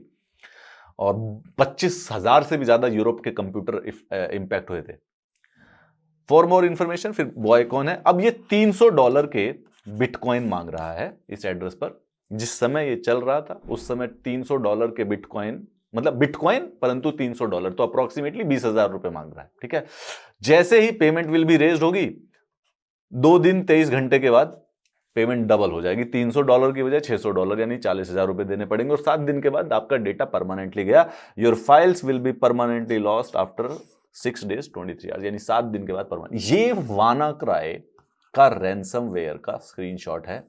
ऐसा बहुत सारे से कंप्यूटर्स कंपनियों के पर्सनल कंप्यूटर इफेक्ट हुए थे। एंड ट्रस्ट मी, अगर पैसा नहीं दिया तो डेटा गया, कोई और तरीका ही नहीं था इसको बचाने का। There was no way to save it, और पैसा देकर ही ये सारी की सारी। ये होता है साइबर क्राइम में। अगर ट्रेडिशनल क्राइम हो तो पुलिस हमेशा क्रिमिनल को ट्रैक कर पाती है, हमेशा। और इंडीड कई बार अगर पैसा ले भी गए तब भी ढूंढ लेगी उसको बाद में जाके।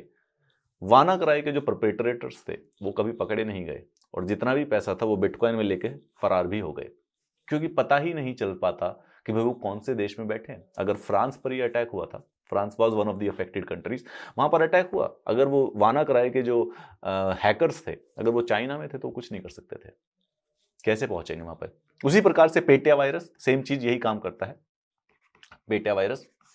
तो रैंसमवेयर एक ऐसा सॉफ्टवेयर या फिर मॉलवेयर जो कि आपके कंप्यूटर पर डाउनलोड होने के बाद आपसे आपके कंप्यूटर के डेटा को बचाने के लिए फिरौती मांगे, उसको कहा जाता है रैंसमवेयर। 2 आपके सामने एग्जांपल भी है और ये आपने उसका प्रोसेस भी देख लिया।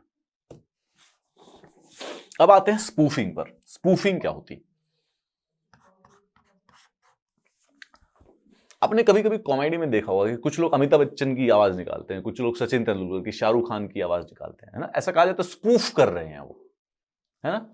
अमिताभ बच्चन होते नहीं है परंतु अमिताभ बच्चन बनने की कोशिश कर रहे होते हैं। स्पूफिंग होती है वो, उसको कहा जाता है स्पूफिंग।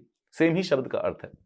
यहां पर जब आप अमेजोन की वेबसाइट पर बात करते हैं, ठीक है, अमेजोन की वेबसाइट पर आप मैसेज कर रहे हैं, आपने कुछ देखा, आपने अपना नया फोन देखा है अमेजोन की वेबसाइट पर, आपने क्लिक किया, आपको बताया गया कि कितने रुपए का है, आपने उस पर क्लिक किया, आपसे पेमेंट मांगी गई ऑनलाइन, आपने ऑनलाइन पेमेंट कर दिया, आपने अपना एड्रेस दे दिया और वो चीज़ आपके पास आ जाती है। आपको पता होता है कि मैंने अमेजोन से बात की। ऐसे ही आप फ्लिपकार्ट से बात करते हैं, बैंक से, यूट्यूब से। सपोज कीजिए जो ये प्रोसेस है, आप घर पर बैठे हैं, अमेजोन की वेबसाइट यहां पर है, कहीं ना कहीं तो फिजिकल इंफ्रास्ट्रक्चर है ही उसका, राइट, चाहे वो कहीं पर भी हो पूरे विश्व में, और आप इससे इंटरनेट के द्वारा, साइबर स्पेस के द्वारा कांटेक्ट कर रहे हैं। यह है साइबर स्पेस। अब स्पूफिंग ये होता है कि कोई इस प्रोसेस के बीच में आके अमेजोन की बजाय कुछ और नकली अमेजोन बनकर आपके सामने खड़ा हो जाए, यानी आपको धोखा दे दे। आपको लग रहा हो कि आप अमेजोन की वेबसाइट पर कुछ कर रहे हो परंतु वो नकली में कोई और अमेजोन की वेबसाइट हो। IP spoofing, internet protocol spoofing. देखिए ये यूजर है, वो बात कर रहा था सर्वर से और इंटरनेट के द्वारा बात कर रहा था। बीच में अटैकर ने सर्वर के बीच में जाके आईपी को स्पूफ कर दिया, झूठ बोल दिया इंटरनेट को।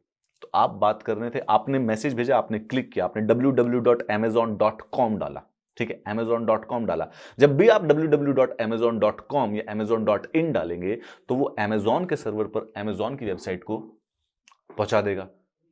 ऐसे में कोई इलीगल अटैकर, सपोज कीजिए, उस प्रोसेस को जो ये आपने amazon.in डाला है और जो ये मैसेज जा रहा है, इसको बीच में कहीं रोक ले और फिर खुद वहां पर खड़ा हो जाए ये बन के कि मैं ही अमेजोन हूं। फोन के हिसाब से देखो, आप सपोज कीजिए आपने अपने दोस्त को फोन किया और वहां पे किसी और ने फोन उठा लिया और बहुत अच्छी आवाज बदलता है वो दूसरे वाला आदमी, और वो आपसे फोन पर बात कर रहा है आपका दोस्त बनकर। तो मतलब कि उसने आपके दोस्त का स्पूफ कर लिया, right, he is spoofing your friend. Similarly can be done with the internet. ये डेटा फॉल्सिफाइंग करता है और इससे एक इलेजिटिमेट एडवांटेज मिल जाता है, क्योंकि अब आपको लग रहा है कि आप तो अपने दोस्त से ही बात कर रहे हैं, आप अपनी एक वैलिड लीगल वेबसाइट से बात कर रहे हैं, वहां पे नाम भी ओरिजिनल ही आ रहा है amazon.com, वहां पे एंड स्पेलिंग गलत नहीं, वहां पे ओरिजिनल ही नाम आ रहा है। टैब नैबिंग में तो आपने देखा था कि अलग नाम आ गया। इससे programmers, systems, users confidential information reveal कर देते हैं, नेम्स और पासवर्ड अटैकर को।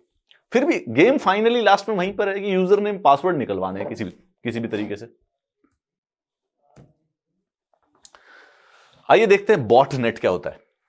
अब बॉटनेट भी एक प्रकार का साइबर अटैक है, ठीक है। बॉटनेट दो शब्दों से बना हुआ है। सबसे पहले robot, botnet is equal to bot from the robot और नेट फ्रॉम द नेटवर्क, ठीक है। यानी कि एक नेटवर्क में कई सारे रोबोट छोड़ देना, ठीक है। आप सबके जो कंप्यूटर्स हैं या सबके जो फोन्स हैं इंटरनेट से जुड़े हुए हैं, तो ये समझ लीजिए आप सबके कंप्यूटर्स हैं। Every computer is attached to the internet, that is the whole game of the internet. Internet होने का मतलब क्या है? Internet, inter network. जिसका कंप्यूटर इंटरनेट से नहीं जुड़ा हुआ हो, कभी भी जिंदगी में नहीं जुड़ा, पहले तो वो कंप्यूटर ही नहीं है, किसी काम का ही नहीं है। जब इंटरनेट से ही नहीं जुड़ा तो कभी भी क्या करेंगे उसके अंदर? वीडियो गेम खेलने के काम आएगा। वीडियो गेम भी इंटरनेट के द्वारा खेले जाते हैं, तो उस पर बेसिकली सिर्फ सॉलिटायर खेल सकते हैं, ठीक है। इंटरनेट तो से कनेक्टेड होना तो बेसिकली बेसिक रिक्वायरमेंट है, तभी बेसिकली कंप्यूटर कहलाता है वो चीज। अब वो सारे के सारे इंटरनेट एक दूसरे से कनेक्टेड होते हैं। बॉटनेट क्या करता है? एक साइबर क्रिमिनल जो होता है, एक अपराधी जो होता है, वो एक बॉट मास्टर का रोल अदा करता है और ट्रोजन वायरस भेजता है to breach the security of several computer and turn them into a network for malicious purpose. समझने की बात है क्या, क्यों क्यों जरूरत पड़ेगा? देखिए, आप जानते हैं कि आपके कंप्यूटर में कुछ प्रोसेसिंग पावर होती है। फोन है आपका, उसमें 4 GB की रैम होगी, 6 GB की रैम होगी, 8 GB की रैम होगी, इसी प्रकार से कुछ है, राइट। गाड़ी की तरह देखिए, गाड़ी में जैसे आपके पास जो गाड़ी है उसके अंदर 100 HP 100 हॉर्स पावर की पावर होती है, और बड़ी गाड़ी होती है उसमें 150 होती है, और बड़ी गाड़ी होती है उसमें 200 हॉर्स पावर होती है। उसी तरह से आपके फोन की जो रैम होती है, 1 GB की रैम होगी तो थोड़ा स्लो करेगा, 4 GB की रैम और तेजी से काम करेगा, 8 GB की रैम और ज्यादा तेजी से काम करेगा। यही चीज लैपटॉप्स में भी होती है। GB की रैम होती है, इंटेल 5, इंटेल 7, इंटेल 3, उसी के बेसिस पर पैसा भी, प्राइस भी बढ़ता रहता है और कंप्यूटर की स्पीड और पावर भी बढ़ती रहती है। अब एक साइबर क्रिमिनल को बहुत ही ज्यादा पावरफुल कंप्यूटर चाहिए, सपोज कीजिए, ठीक है। एक i7 के कंप्यूटर से काम नहीं चल रहा। ऐसे में वो क्या करता है? ऐसे 50 i7 के कंप्यूटर्स पर इकट्ठे एक बॉट भेजता है। बॉट यानी कि एक प्रकार का रोबोट, सॉफ्टवेयर का रोबोट, ठीक है। वो सॉफ्टवेयर का रोबोट जब सारे कंप्यूटर्स को कंट्रोल कर लेता है और उसके बाद वो सिंगल इंडिविजुअली एक बॉट मास्टर, एक सिंगल बड़े कंप्यूटर से उन सारे के सारे 50 कंप्यूटर को कंट्रोल करता है बॉट नेट के द्वारा। अब ये जो सब है वो 50 कंप्यूटर i7 पावर के साथ सारे के सारे, अब वो एक कंप्यूटर की प्रोसेसिंग पावर इंटू 5 हो गई और उसको कंट्रोल कर रहा है वो एक पीछे कहीं पे छुप के बैठ के अपने एक कंप्यूटर के द्वारा। इस सिचुएशन को कहा जाता है botnet. Each computer on the network act as a bot is controlled by a scammer to transmit malware or malicious content in order to launch the attack. A botnet is also known as zombie army as the computers involved are being controlled by someone other than the owner. कहने का क्या मतलब हुआ कि पहले तो अब ये 50 कंप्यूटर हो गए, तो सोच के देखिए अब इसको वायरस फैलाने में बहुत ज्यादा हेल्प मिलेगी। टॉरेंट किया है आपने कभी? होपफुली। टॉरेंट क्या होता है? जब हमारे पास नेटफ्लिक्स की सब्सक्रिप्शन नहीं होती है, या फिर जब हम मूवी नहीं देखने जाते हैं सिनेमा हॉल में, या फिर हॉटस्टार की सब्सक्रिप्शन नहीं होती है, तो मूवीज को डाउनलोड किया जाता है। कहां से डाउनलोड करते हैं? टॉरेंट साइट्स के द्वारा डाउनलोड करते हो। टॉरेंट साइट्स का तरीका बहुत ही कॉम्प्लेक्स और बहुत ही इंटरेस्टिंग है, ठीक है। टॉरेंट एक तरीका होता है peer to peer file sharing का, याद रखेंगे इसको, ध्यान से सुनेंगे। आइए स्पेस लाता हूं मैं कहीं पे, ब्लैंक स्पेस होगा कहीं पे, वहीं पे करते हैं, चलिए कोई बात नहीं। टॉरेंट, टॉरेंट होता है peer to peer file sharing. जब आप एक टॉरेंट के द्वारा मूवी डाउनलोड कर रहे होते हैं, ठीक है, आई होप आपको मालूम होगा टॉरेंट के द्वारा मूवी डाउनलोड करना। अगर आप कोई मूवी देखना चाहते हैं, कोई नई सीरीज देखना चाहते हैं, कोई भी जो कि नेटफ्लिक्स पर आती है, HBO पर आती है, हॉटस्टार पर आती है, और भी जो भी स्ट्रीमिंग सर्विसेज है उन पर आती है, या टीवी पर जो मूवीज आती है, जो मूवी रिलीज होती है, वो आप टॉरेंट के द्वारा, एक टॉरेंट एक वेबसाइट होती है जहां पर आपको एक लिंक मिलता है, उस लिंक पर क्लिक करेंगे तो टॉरेंट के एक प्रोग्राम, क्रोम की तरह ही एक टॉरेंट का प्रोग्राम होता है, बिट टॉरेंट या म्यू टॉरेंट, उनके द्वारा आप वो मूवी डाउनलोड कर सकते हैं, ठीक है। वो जो मूवी होती है वो डाउनलोड होती है peer to peer file sharing के द्वारा। Peer to peer file sharing का मतलब है कि जब आप एक मूवी डाउनलोड कर रहे होते हैं तो वो जो मूवी की जो फाइल है वो 100 कंप्यूटर से आ रही होती है, आप कभी भी देखेंगे जब टॉरेंट डाउनलोड हो रहा होता है तो कभी आगे से होता है, कभी पीछे से होता है, कभी बीच से हो जाता है, राइट। जब तक पूरा नहीं होगा तब तक आप उसे चला नहीं पाएंगे, लेकिन जब आप उसकी डाउनलोडिंग होगी तो उसकी मूवी की जो डाउनलोडिंग है वो कहीं से भी हो जाती है, बीच में से, आगे से, पीछे से। क्यों? क्योंकि जो टॉरेंट की जो फाइल है वो 100 कंप्यूटर्स पे रखी हुई है और 100 कंप्यूटर से अलग अलग पार्ट उस मूवी का डाउनलोड हो रहा है। Peer to peer file sharing, एक फाइल शेयर हो रही है अलग अलग आपके ही दोस्तों, आपके ही अलग अलग पीयर्स के द्वारा, ठीक है। ऐसे में जो इस चीज को इसलिए किया जाता है क्योंकि ये बहुत ही ज्यादा फास्ट होता है, दिस इज वेरी फास्ट, ठीक है। जो टॉरेंट के द्वारा फाइल शेयरिंग होती है वो काफी ज्यादा फास्ट हो जाती है। इसी तरीके से अगर आप कोई अटैक कर रहे हो किसी भी चीज को, इसमें अगर आपके कंप्यूटर पर पहले से ही वायरस हो तो जब आप मूवी डाउनलोड कर रहे होंगे तो याद रखिए कि जब आप मूवी डाउनलोड कर रहे होते हैं तो अपलोड भी हो रही होती है, दोनों प्रोसेस चल रहे होते हैं इकट्ठे। आप कहीं से डाउनलोड कर रहे हैं, किसी और को डाउनलोड करवा रहे हैं, यही टॉरेंट का फायदा है, मतलब एक दूसरे की मदद करने का। जब आप ऐसा करते हैं peer to peer file sharing में, आपके कंप्यूटर का कोई वायरस है वो भी किसी दूसरे के कंप्यूटर पर जा सकता है। अब वो सोचिए वो एक कंप्यूटर से वायरस भेजने की कोशिश कर रहा हो, तो जब तक कोई उसके कंप्यूटर से फाइल, जो कि रैंडम होता है, फाइल डाउनलोड नहीं करेगा, वायरस नहीं जाएगा। बट इस प्रकार से 50 नहीं तो 500, 500 नहीं तो 5000, 5000 उसने इंफेक्टेड कंप्यूटर कर दिए, ठीक है। तब वो 5000 जो इन्फेक्टेड कंप्यूटर होंगे उनको बेसिकली वायरस फैलाने में उतनी ही ज्यादा तेजी मिलेगी, उतनी ही ज्यादा प्रोसेसिंग पावर आ जाएगी और उसको कहा जाएगा ज़ॉम्बी आर्मी। क्यों?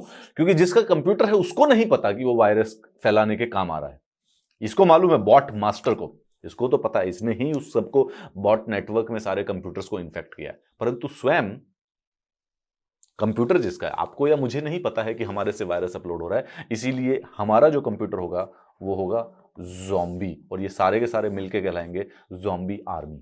ज़ॉम्बी क्या होता है? ज़ॉम्बी एक ऐसा क्रीचर होता है जो कि मरा हुआ होता है, उसे कुछ नहीं पता होता, right, they are dead. Zombie का मतलब क्या होता है? ज़ॉम्बी डेड होते हैं, इसीलिए ज़ॉम्बी, ठीक है। चलिए अब आते हैं फार्मिंग पर। वही खेती, ये sir cyber warfare, cyber criminals, प्रयोग सारे के सारे इंग्लिश के शब्द वही वही बात है, मछली पकड़ना, खेती करना, वही उसको अपराध के रूप में यूज किया है। फार्मिंग है, it is an attack to redirect a website traffic to a different fake website where the individual information is then compromised, ठीक है। टैब नैबिंग के साथ ही प्रोसेस एक दूसरे से कनेक्टेड होते हैं कि जो वेबसाइट के ऊपर जो ट्रैफिक होता है, सपोज कीजिए आप इस समय यूट्यूब कर रहे हैं, तो यूट्यूब के ऊपर जो ट्रैफिक है इसको कहीं इलीगली कहीं ट्रांसमिट कर दो किसी दूसरी फेक और फ्रॉडुलेंट वेबसाइट पर। किस लिए? यूजर नेम पासवर्ड लेने के लिए।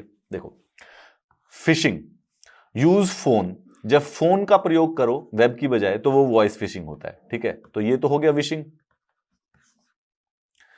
जब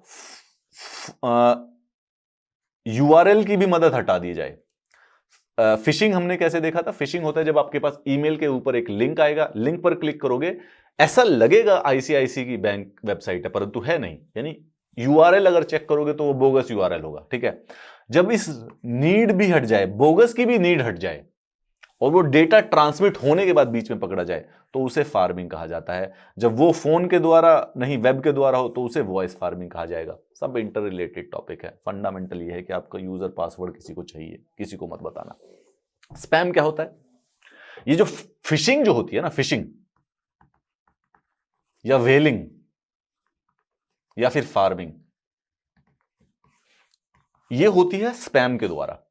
स्पैम का ये मतलब है एक साथ 10 लाख ईमेल भेज दो, 10 lakhs ऑफ द ईमेल्स इकट्ठे भेज दो। अब 10 लाख ईमेल का प्लान क्या होता है? 10 लाख ईमेल आईडीज को 10 लाख वो नकली फ्रॉड ईमेल भेज दीजिए।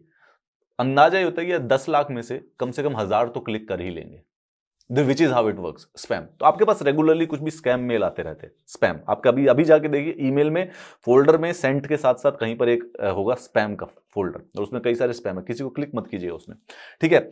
ये होता है बल्क ईमेल, कमर्शियल पर्पसेस के लिए। कई जगहों पर ये अनलॉफुल भी किया गया है कि भाई इस फालतू का स्पैम मत भेजा करो। कई बार आप अपने दोस्त को भी बोलते होगे, होगा एक दोस्त आपका जो कि हर रोज सुबह व्हाट्सएप पर कुछ ना कुछ भेजता ही होगा आपको, ठीक है। कई बार तंग आ जाते हो कि भाई क्यों स्पैम करते रहते हो तुम, मतलब बल्क ईमेल है, कुछ ना कुछ भेजे गए ऐसे ऐसे। और वो ईमेल के द्वारा जो जनरली किया जा सकता है, ये स्पैम का जो वर्ड है दो तरीके से आता है। एक तो स्पैम मैसेजेस, कितने सारे टेक्स्ट मैसेजेस आते हैं आपके पास, हैथवे के, इंटरनेट ले लो, OLX की कार बेच लो, नया बैंक ले लो, लोन आपका सैंक्शन हो चुका है, इंश्योरेंस ले लो, ये सब स्पैम मैसेजेस होते हैं। All of them are spam messages. इसी तरीके से स्पैम ईमेल भी होते हैं, जहां पर आपसे किसी न किसी गलत लिंक को क्लिक करवाने की कोशिश की जाती है ताकि आपका पासवर्ड की इंफॉर्मेशन उनको मिल जाए कहीं से। अब आते हैं काम की और फनी और इंटरेस्टिंग चीज पर, डार्क वेब और बिटकॉइन क्या होता है। Let me tell you something very interesting about web.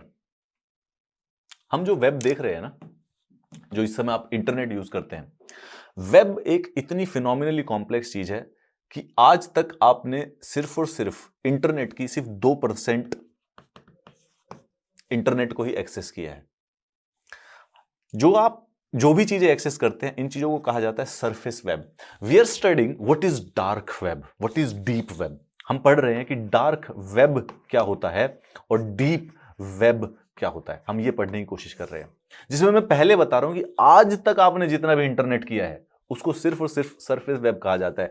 ये Wikipedia, Google, Facebook, Bing, Amazon, Twitter, New York Times, वॉयड और द गार्डियन, ये जो आप गार्डियन एक न्यूज़पेपर है, जो भी आपने जितनी भी वेबसाइट्स एक्सेस की हैं, ये सारी की सारी जो वेबसाइट्स हैं, इसको कहा जाता है सरफेस वेब।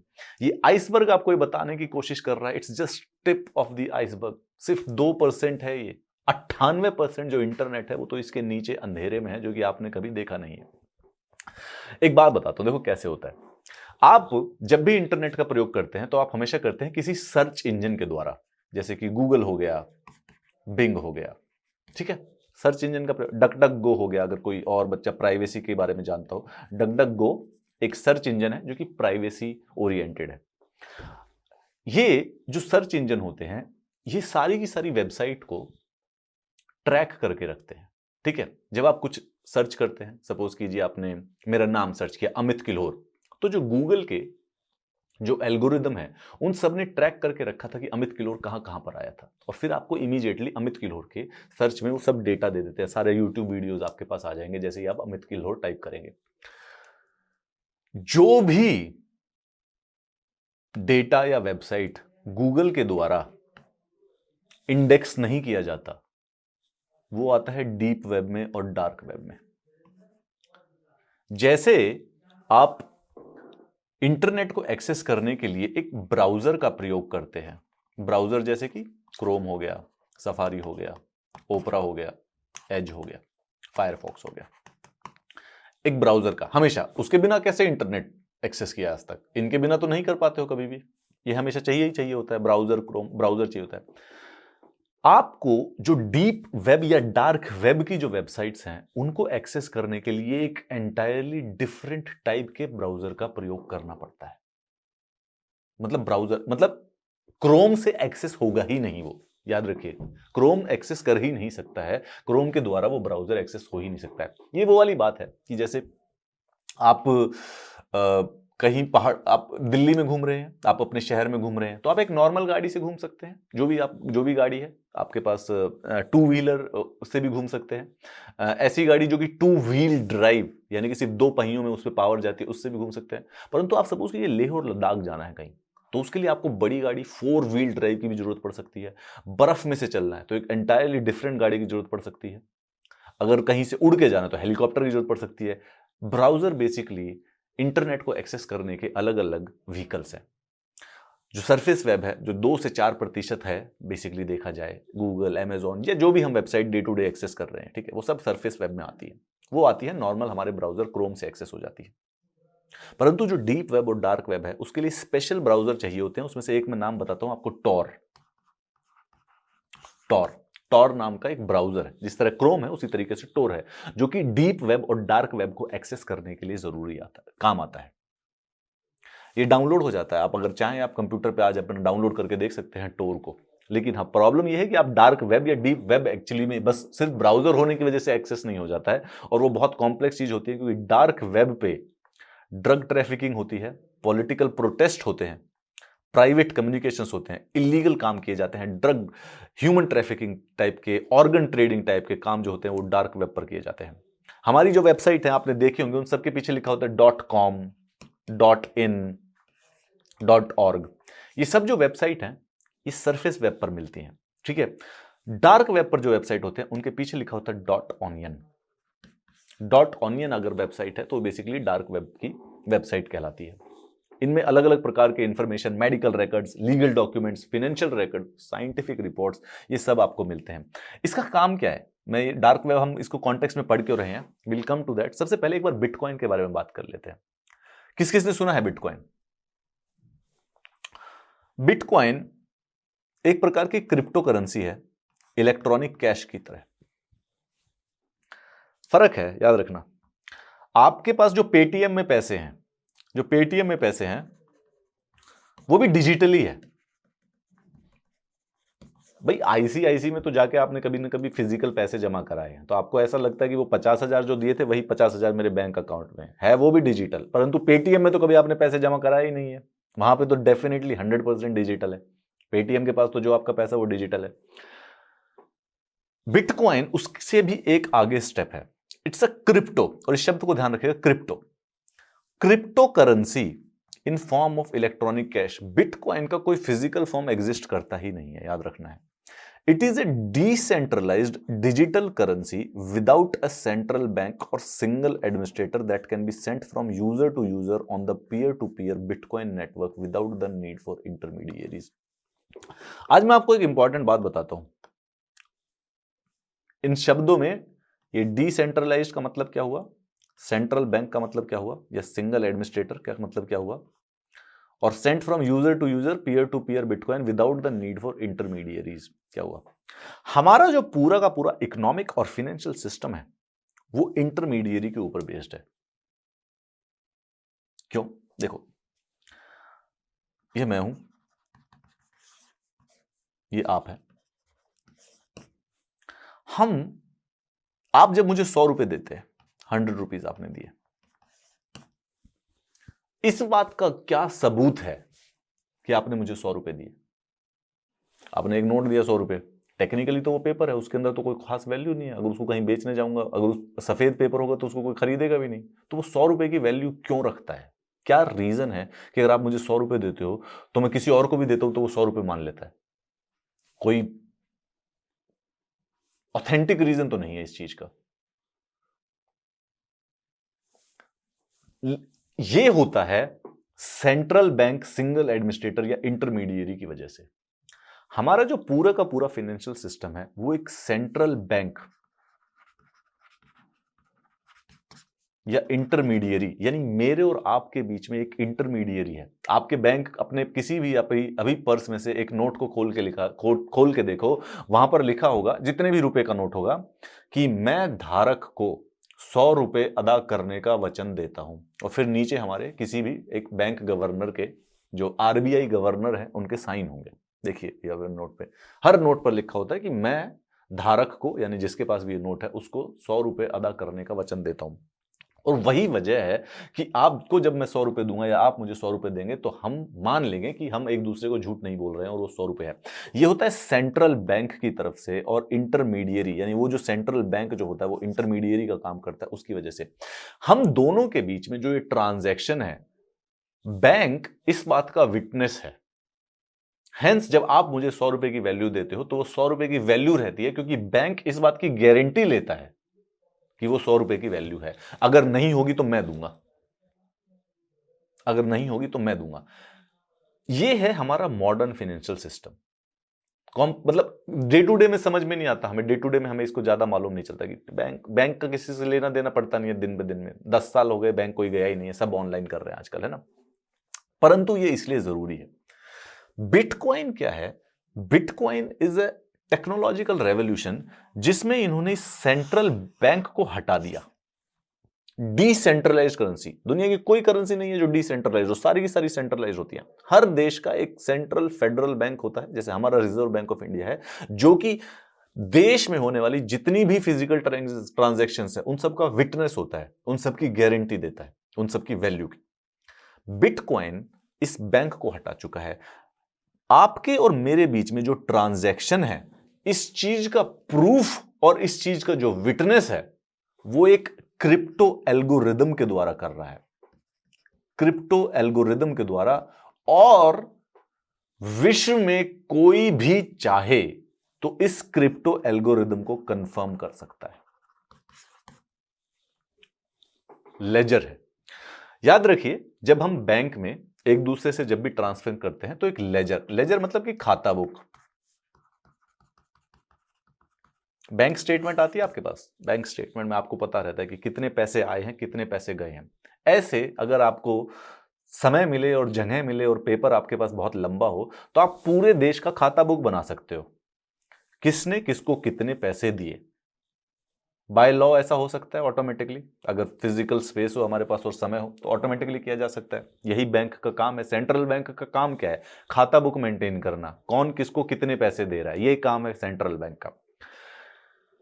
बिटकॉइन का जो ये खाता बुक है, जो ये लेजर है, ये क्रिप्टो एल्गोरिदम के द्वारा किया जाता है। यानी कि बैंक का काम है ये खाता बुक मेंटेन करना, इसीलिए बैंक की जरूरत है, क्योंकि इसी खाता बुक से पता चलेगा कि किसने किसको कितने पैसे दे दिए, अगर हमें कभी ढूंढना पड़े तो जिंदगी में। बिटकॉइन क्या करती है कि बैंक को हटा दिया, बैंक तो गायब हो गया, बैंक नहीं है आज के बाद, लेकिन ये खाता बुक कौन मेंटेन करेगा? ये खाता बुक मेंटेन किया जाता है एक पब्लिक स्पेस में, जिसको कहा जाता है ब्लॉक चेन। बिना किसी इंटरमीडिएरी के, बिना किसी बैंक की कोई जरूरत नहीं है। बैंक आपने कभी सोचा नहीं या कभी सोचा कि बैंक का काम क्या होता है? What is the need of a bank?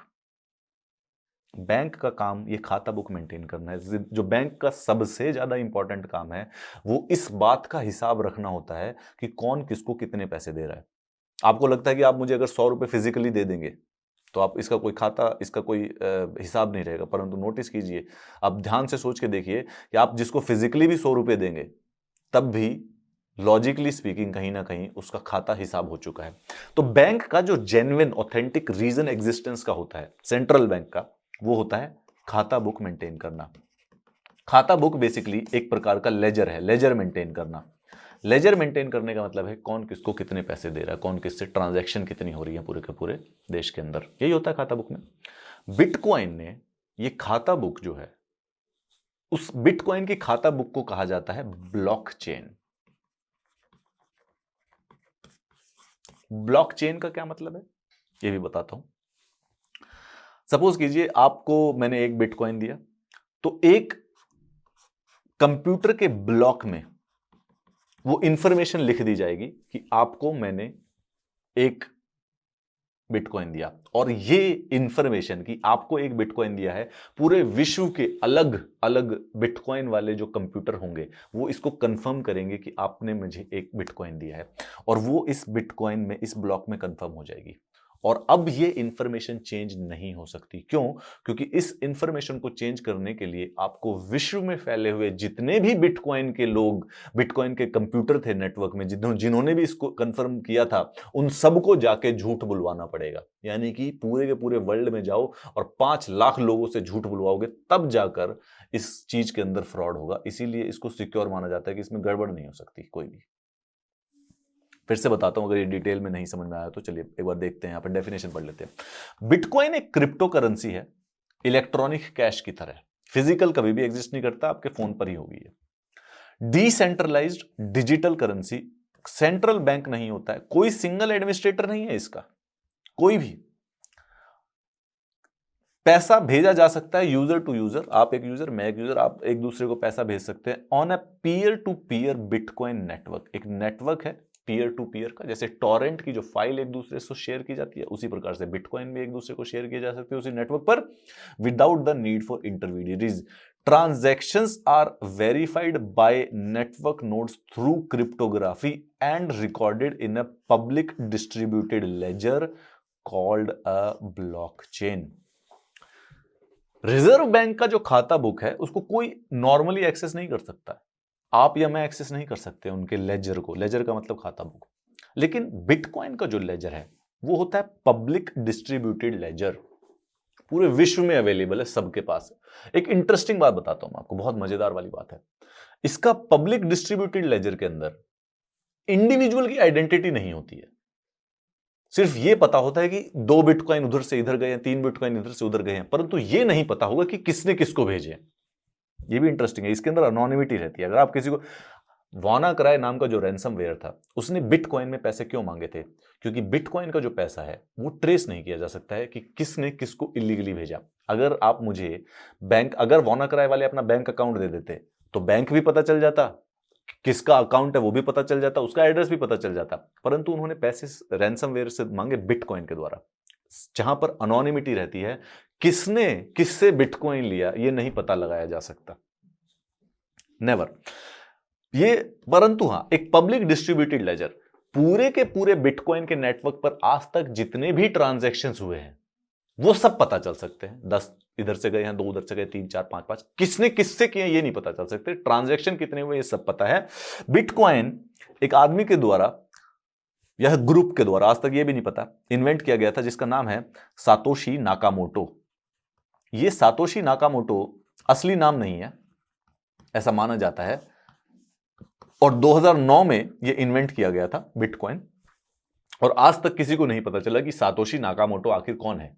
मतलब हमें इसकी इंडिविजुअल आइडेंटिटी नहीं पता, परंतु अगर एमसीक्यू में कहीं क्वेश्चन आएगा हु इन्वेंटेड बिटकॉइन, तो सातोशी नाकामोटो के नाम से आएगा। ठीक है, bitcoin is something that one can not earn and can't be physically touched. I will just repeat it once more. ठीक है, मैं एक बार फिर दोबारा से कोशिश करता हूं आपको ये बताने की।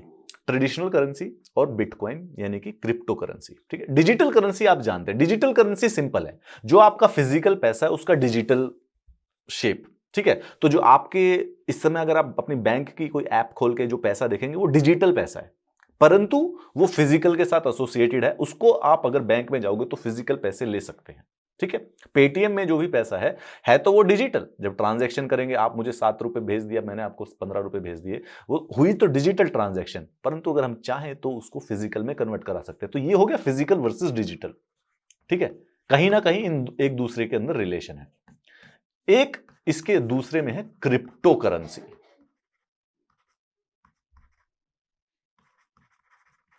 क्रिप्टो करेंसी फिजिकल एग्जिस्ट करती ही नहीं है। कोई ऐसा नहीं है कि आप फिजिकली एक्सेस कर सके। जैसे आप फिजिकल पैसे को अपने बैंक में, आप अपने उसमें रखते हैं, क्या नाम है, वॉलेट में रखते हैं, राइट, वॉलेट में रखते हुए पैसा। इसीलिए पेटीएम में जो पैसा उसको पेटीएम वॉलेट कहा जाता है, फोन पे वॉलेट कहते हैं उसको, है ना, वॉलेट होता है, पेटीएम वॉलेट हो गया, डिजिटल वॉलेट होता है वो। इसी प्रकार से जो बिटकॉइन है वो भी एक डिजिटल वॉलेट में ही रखी जाती है। ठीक है, ये भी डिजिटल वॉलेट के अंदर ही मिलती है, फिजिकली ये कभी भी एक्सेसिबल नहीं है। परंतु पेटीएम और फोन पे वाला जो पैसा है वो डिजिटल वो फिजिकल एक्सेस हो सकता है, hence they have the digital. Electronic cash है, इसमें बैंक कोई इन्वॉल्व नहीं है, ये पैसा ऑटोमेटिकली है। इसमें तरीका क्या अपनाया गया है, ट्रेडिशनल करेंसी के कॉन्सेप्ट में फिर दोबारा से रिपीट करेंगे।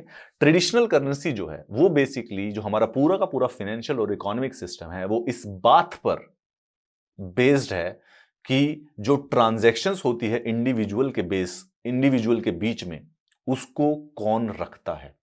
और हमारे देश के अंदर या पूरे के पूरे विश्व के अंदर हर इंडिविजुअल के बीच में जो ट्रांजैक्शन है उसको एक खाता बुक में रखा जाता है, और वो खाता बुक मेंटेन करता है सेंट्रल बैंक यानी आरबीआई। कितना भी पैसा, आपकी कंपनी आपको सैलरी देती है, सैलरी आप कहीं पर खर्च करते हैं, आपको सामान खरीदते हैं, फोन खरीदते हैं, अमेजोन को दे दिया, ये सब पैसा जो इधर उधर ऊपर नीचे टैक्स वैक्स जो सब हो रहा है, ये एक प्रकार का खाता बुक है, और इस खाता बुक को मेंटेन करने का काम मिलता है आरबीआई यानी कि हमारे सेंट्रल बैंक को। किसी भी प्रकार के इकोनॉमिक सिस्टम और करेंसी में यह जरूरी है खाता बुक मेंटेन करना। ठीक है, इसके बिना काम नहीं चलेगा। क्रिप्टो करेंसी यानी बिटकॉइन में सेंट्रल बैंक को हटा दिया गया।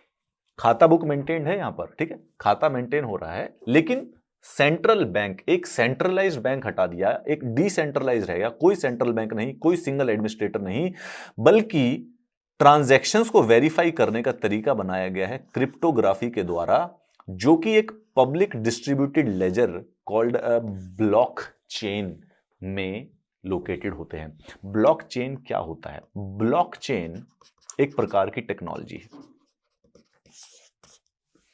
ब्लॉकचेन एक प्रकार की टेक्नोलॉजी है। ब्लॉकचेन,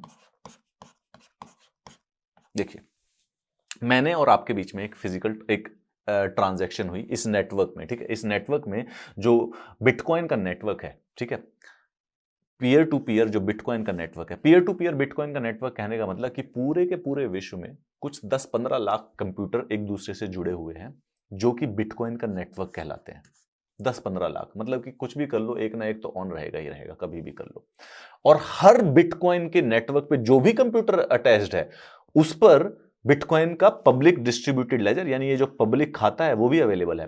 अगर आप चाहें तो आप अपने कंप्यूटर पर पूरे के पूरे आज तक 2009 से लेकर 2020 तक बिटकॉइन पर जितने भी ट्रांजैक्शन हुए हैं उन सब का खाता डाउनलोड कर सकते हैं, क्योंकि वो पब्लिकली डिस्ट्रीब्यूटेड लेजर है। आप चाहें तो अपने कंप्यूटर पर कर सकते हैं। अब जब एक आपके और मेरे बीच में बिटकॉइन की ट्रांजैक्शन हुई तो वो एक ब्लॉक बनता है। ये ब्लॉक वेरीफाई किया जाता है क्रिप्टोग्राफी के द्वारा। क्रिप्टोग्राफी क्या होती है? क्रिप्टोग्राफी का मतलब है बड़ा कॉम्प्लेक्स मैथमेटिकल इक्वेशन है जिसको बड़े सारे से कंप्यूटर मिलकर सॉल्व करते हैं।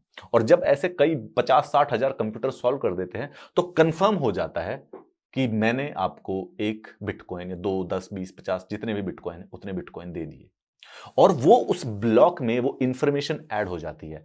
इस प्रकार से ब्लॉक बनते जाते हैं और ऐसे चेन बनती जाती है, चेन बनती जाती है, चेन बनती जाती है, चेन बनती जाती है ब्लॉक की, यानी ब्लॉक चेन। क्यों सिक्योर है?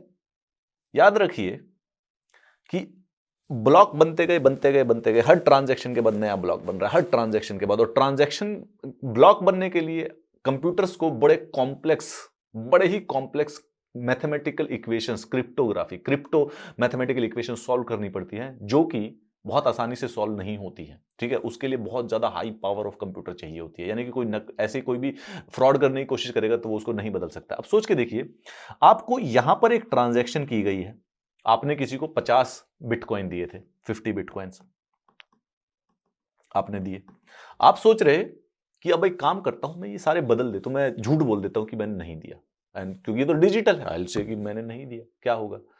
प्रॉब्लम ये है कि अगर उसके आगे 4 ब्लॉक बन चुके हैं तो आपको ये चारों के चारों ब्लॉक बदलने पड़ेंगे। पूरे के पूरे विश्व में 5 लाख, 10 लाख, 15 लाख कंप्यूटर्स पे जाके हर जगह से एक साथ ये सारे के सारे ब्लॉक बदलने पड़ेंगे और फिर वापस जाकर यहां पर आकर चेंज करना पड़ेगा।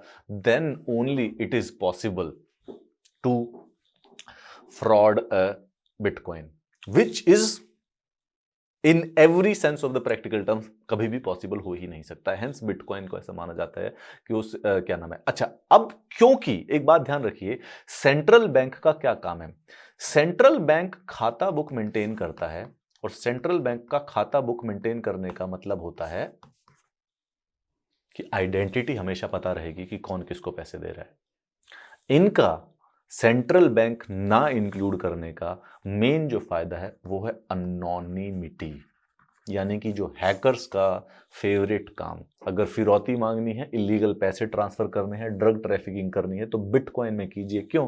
क्योंकि कोई तरीका ही नहीं है ये पता लगाने का कि कौन किससे पैसे ट्रांसफर कर रहा है, और गारंटी है कि धोखा नहीं किया जा सकता, फेक नहीं हो सकता है कभी भी। कोई ऐसा कर ही नहीं सकता कि आपको गलत पैसा आपको भेज दिया बिटकॉइन और बाद में थोड़ी देर बाद पता चला कि ये तो कुछ था ही नहीं, है तो नकली कोई मैसेज आ गया। डार्क वेब, बेसिकली हम यही बात कर चुके हैं। जो डार्क वेब में जितनी भी ट्रांजैक्शंस होती हैं वो बेसिकली इसी बेसिस पर होती हैं, ये हम पहले भी बात कर चुके हैं। सेम आपके पास जो ये फोटो है। आज का जो लेक्चर था वो थोड़ा सा कॉम्प्लेक्स और डेंस था, परंतु इसको डेफिनेटली रिपीट करके जरूर देखिएगा।